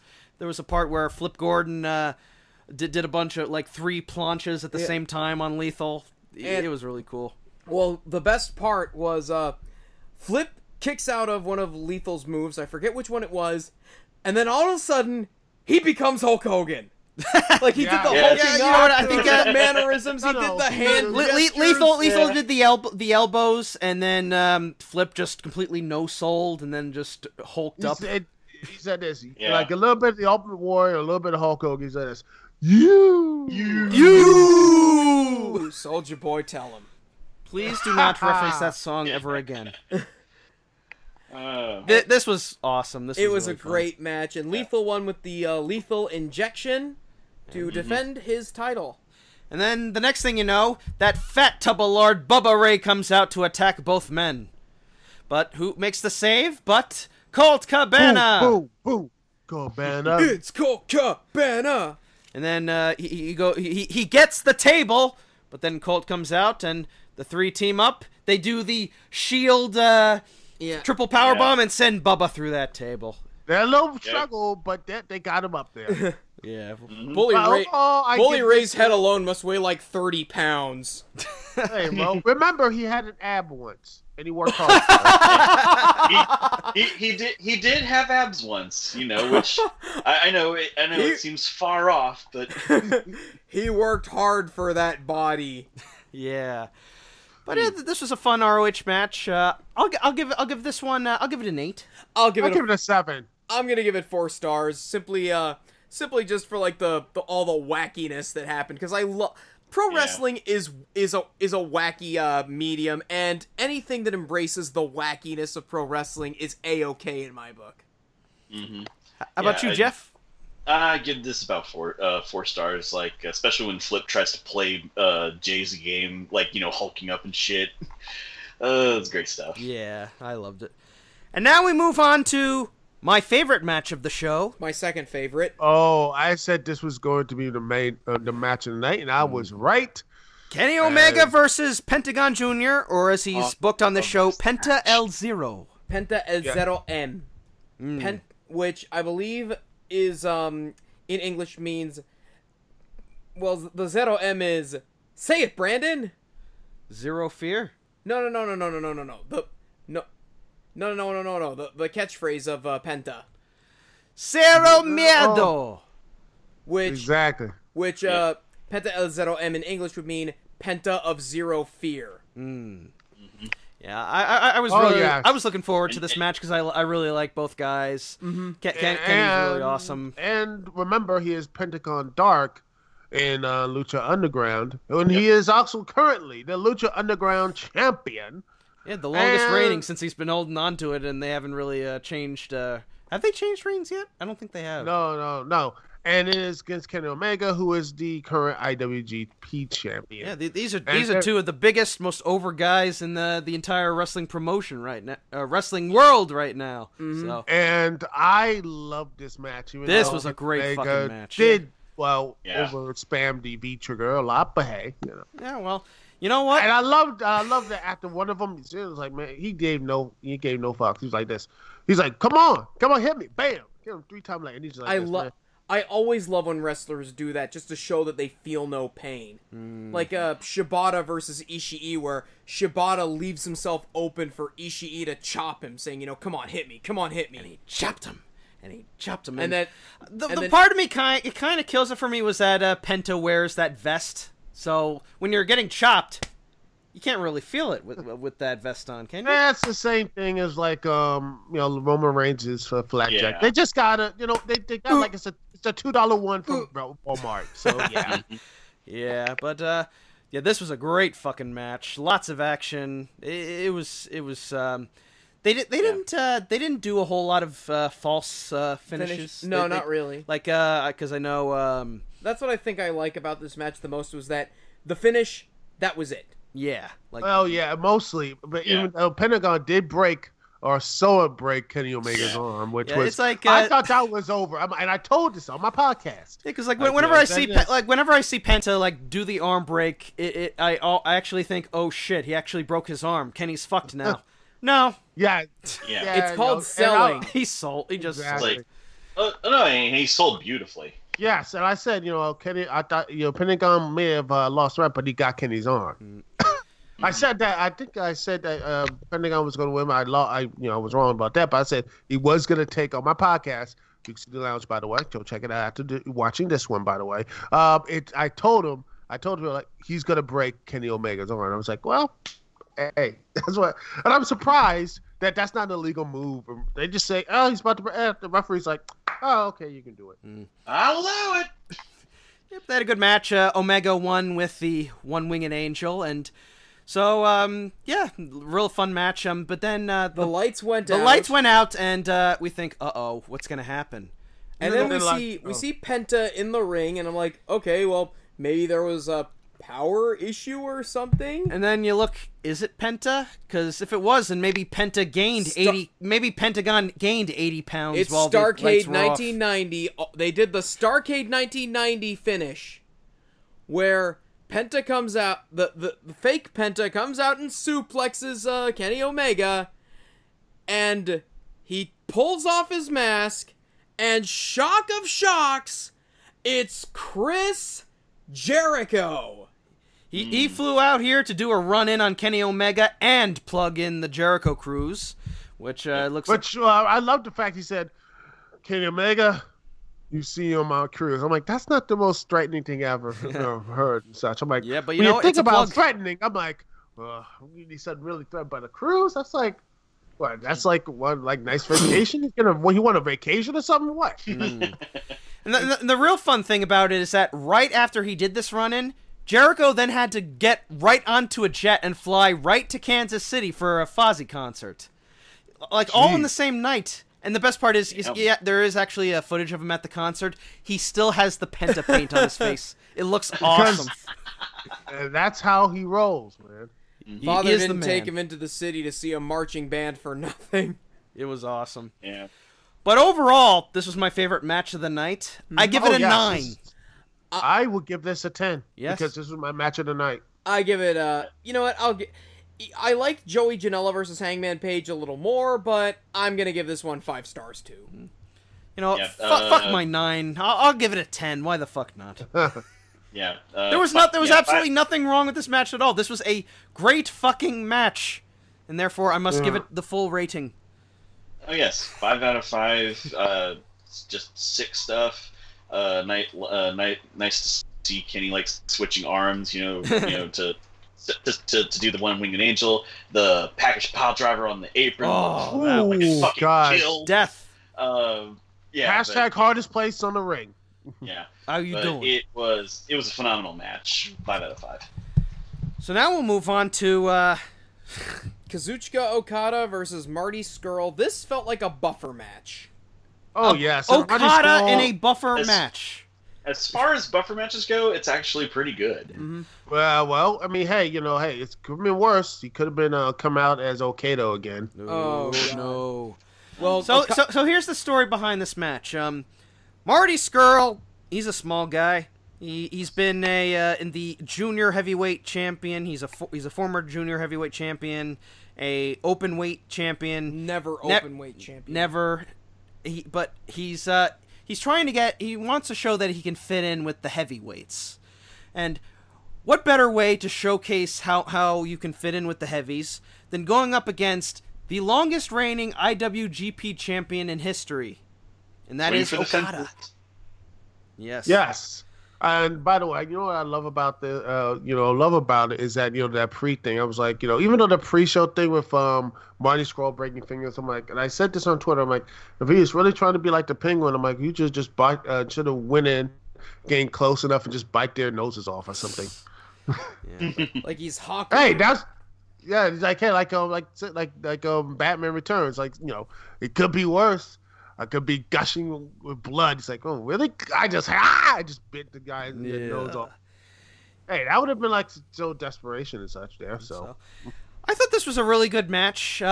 I think I'd say it's my second best favorite match on the show. I thought it was all right. I missed most of it due to me going up to the merchandise table and wanting to buy a shirt. Don't worry, I saved one of those bucks that yes, Okada flew I have down. the Okada money. Yeah. Oh yes, he is the Rainmaker, of Yeah, course. he So. made Now in New Japan he's the Balloon Maker. Is Okada a heel? No, he's a babyface, but he has heelish tendencies. Yeah, it's a weird, but this was a fun match. The first half it kind of dragged, like Marty was trying to get a feeling out process, and like giving a "come on, hit me," just all that kind of stuff. But I think once it started going, I thought it got really good. Yeah, I mean, I think if you cut down the 10 minutes off this match, this could have been really, really good. There was it just says a bit of a lull, but once it got going, I was like, all right, got to second to third gear, it got really good. I love the part where he, where the referee, okay, rough bump, but yeah, this he looked ref like sucks. But yeah, it looked like Okada was going to hit the Rainmaker. Marty Scurll comes in, gets his umbrella, and you know what? What stops a Rainmaker? An umbrella. I did not get that until you mentioned it. That is very clever. Oh, yes. Did the commentary team make fun of that, or did they just... No, they're just like, yeah, there it is. That's how you stop a rain. How about a little umbrella? And I was like, yep. And then, and I thought that was a brilliant finish of him. Just like he hit the umbrella, hit the umbrella on him, and then hit the Rainmaker on him. And I'm like, that's actually a pretty cool finish. I mean, hey, he is the villain after all. So. Yeah. Mm-hmm. But overall, though, it was a good match. Can I just say this, though? Okada did a great comedy spot where he was getting Scurll in a ready position for, I think a tombstone, and he holds his hands up, looks to the crowd, and gestures 205. Yeah. And there was a weigh-in conference right before the right during Starrcast, and he goes on a scale with his suit and everything, and he claims that he's currently 350 pounds. Yeah, because he wants to be the heavyweight. And really funny, also in regards to the weight thing, they said that when they weighed Cody, he was 206. And then everybody just started chanting, 206, 206. Like 206. I think I saw a 206 live sign in the audience. There was a 205 live Marty. No, it's 205 Marty. That's what it's 205 Marty. Yeah. Oh, yes. That's what it was. And I was like, man, no, that's terrible. You don't want to put that. That's a rate worse than death. Put Marty on 205 live. I'm like, no. So in the home stretch, at one point, Marty actually did the finger crack, and Okada is just freaking out. And I'm thinking, holy shit, this is going to be the end of the match. But then the motherfucker actually snaps his finger back into place, and we all just start chanting, "You sick fuck." And Okada managed to make a comeback, and he eventually hit 2 Rainmakers on Marty and got the win. Yeah, you want to make a statement like, no, man, you stay in your lane. Ugh. Yeah.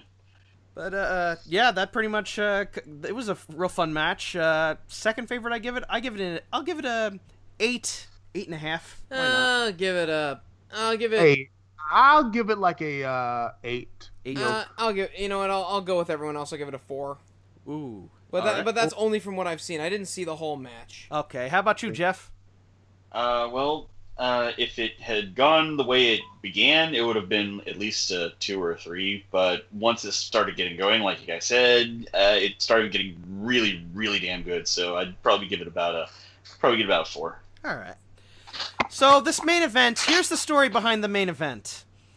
Originally, it was supposed to go about 25, 30 minutes, but they were approaching the end time because they ran long. I think this was actually pretty good for the match overall. I enjoy it. Only went 12 minutes, but I thought it was a good way to go out. But like I said, even if the problem is if it went that long, I think it would have overstayed welcome. I think if they had cut down on maybe if the Skrull Okada match didn't go so long, or if the Son of Havoc match didn't happen or not. Exist. I don't know. But that's what the thing is. I would say personally, cut off the Macross match and take down a little bit from the Izuka Skrull match. Okada Skrull. Yeah. Bam. You have make it 10 minutes, 16 minutes. Boom, you'll have more time. But I worry about matches like these 6-man matches. You don't need 20 minutes for those. Yeah. I think you need at least 10, maybe 15. And it was the perfect length because honestly, I'm not really a big fan of the Young Bucks. I get why people like them, and Nick and Matt Jackson are all wonderful people. But it's just I don't like they sell like John Cena. Let's put it that way. They know how to sell merch, but they can't sell in matches. This whole match was one. It's Matt and Nick Jackson and Kota Ibushi versus Rey Mysterio, Rey Fenix, and Bandito, who, when I first saw this guy, I thought it was Neville in a mask. Me too. He had the same hair. Same build. But no, it's a real luchador. And Mysterio came out dressed as Wolverine, which I thought was really cool. That was funny because he's dressed as Captain America, Spider-Man. Did he do Iron Man at one point? I don't know. He's done other different ones like the Phantom. He was the. That is cool that he was the Phantom. Yeah. Yes. Yeah, he has done multiple stuff, and the Joker too. And the Joker. So, I'm still waiting for him to swing for the cheap seats and go with Kamen Rider. Yeah, that could be cool. So they had an all babyface, all action, non-stop, non-selling spot fest. It was fun for what we saw. Yes, Rey Fenix was amazing. And he is the AAA champion. Got the belt with him. I'm like, this dude deserves it, and he deserves more because this guy is great. He is. I think he's just around that Rey Mysterio peer. People saying he's the next version of Rey Mysterio. I think he could be. I haven't seen a whole lot of Phoenix. I saw a little bit of him in Lucha Underground, but yeah, I like what he sees so far. He could be a big star if booked right. Yeah, and he does have the championships, the pedigree to do it because he's current AAA champ. Rey Mysterio, no need to, he's already a legend. And to go again, Kota Ibushi. The only time I saw him, first time I saw him, was, the cruiserweight champion, the cruiserweight open, and I'm like, wow, this guy's really good, and it gave me a chance to really look into what he in his other stuff. But man, he is very good. If you want to see, Kota Ibushi in motion, watch his match with Shinsuke Nakamura from Wrestle Kingdom 9. Yeah, that was match of the year. And funny enough, he was Tiger Mask W. He was Tiger Mask W. We got to review that show at some point. We should. One day. Yes, but this was again a very fun match. Something that I honestly was surprised wasn't the opener, because it just felt like everyone got the crowd up and excited. But in the end, I loved it, and I loved the Meltzer driver finishing, because more often than not that doesn't finish matches. But I'm like, wow, it actually finished a match. Good. Dave Meltzer was in the crowd when they were watching it, so. We were all expecting Dave Meltzer to do a run-in. It'd be the first time he'd ever been in a ring in his life. Yeah, thing is, that would only work if he ate like 3 super kicks. There's a lot of people out there who would love to see Meltzer get super kicked. And so that would have made all it even more better. Yeah.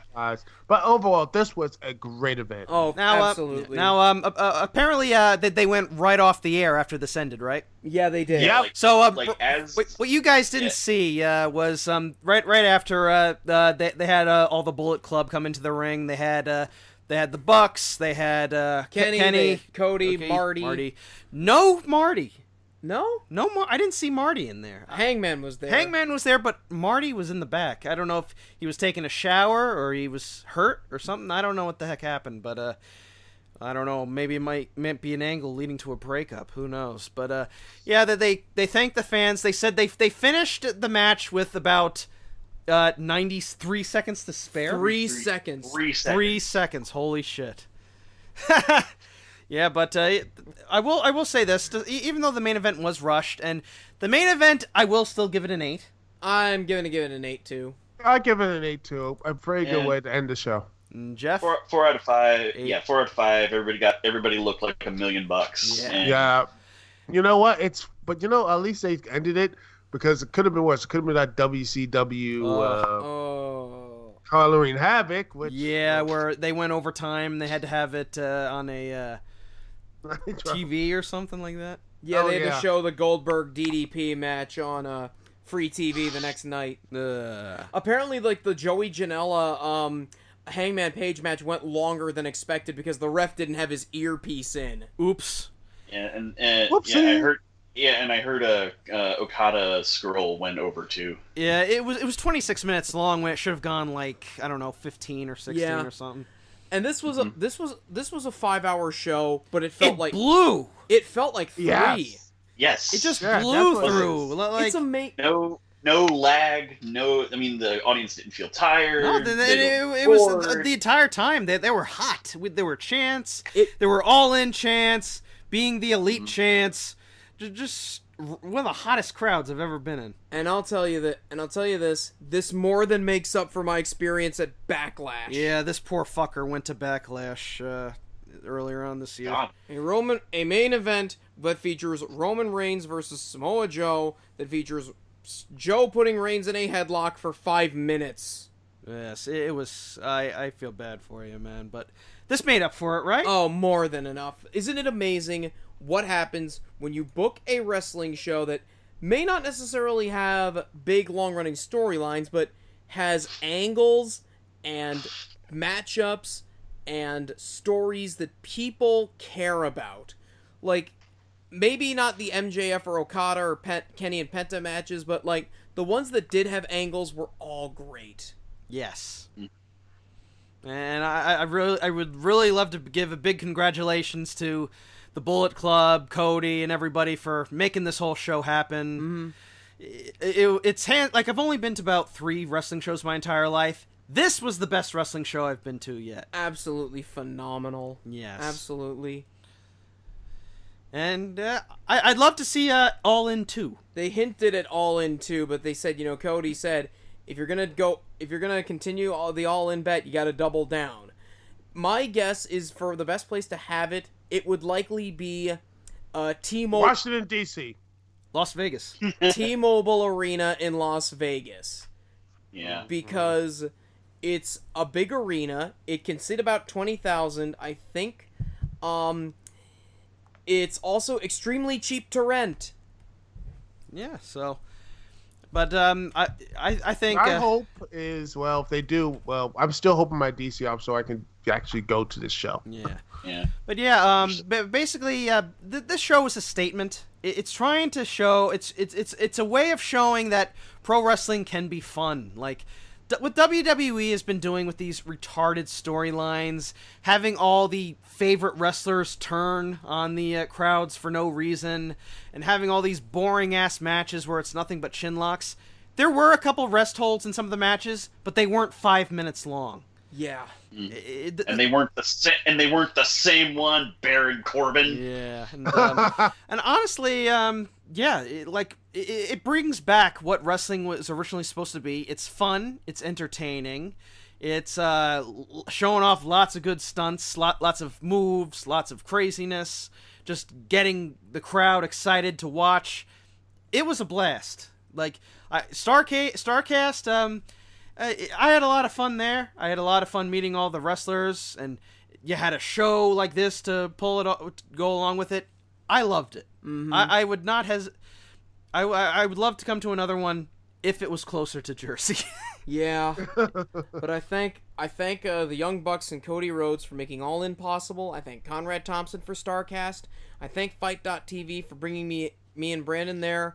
But above all else, I thank the Lord for blessing me with this amazing gift. Each and every one of you! Basically. Yes. So, Yes. how about yes, Duke, you give your thoughts, Duke.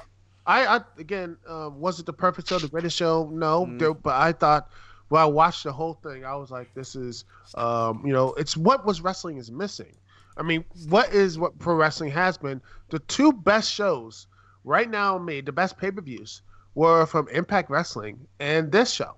Because even though SummerSlam, all this stuff, and you can say, oh, what about NXT? I'm like, fine.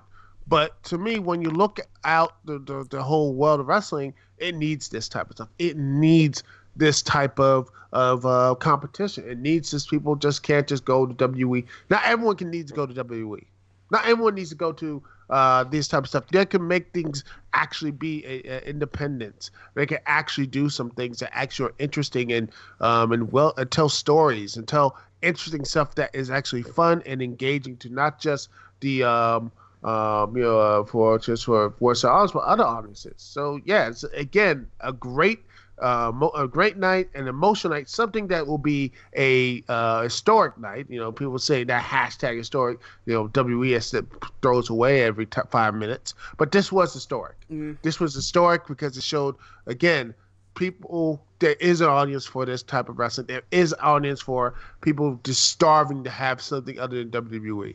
And I hopefully, that this starts something good. Because again, we will see something like this later on. Hopefully, I'll be going to this, fingers crossed, to the Ring of Honor New Japan show that's happening in Madison Garden. Yeah, as I said, I don't plan on going to WrestleMania next year. Not only because it's expensive, but I'm not gonna sit in MetLife Stadium for 5 hours of nothing.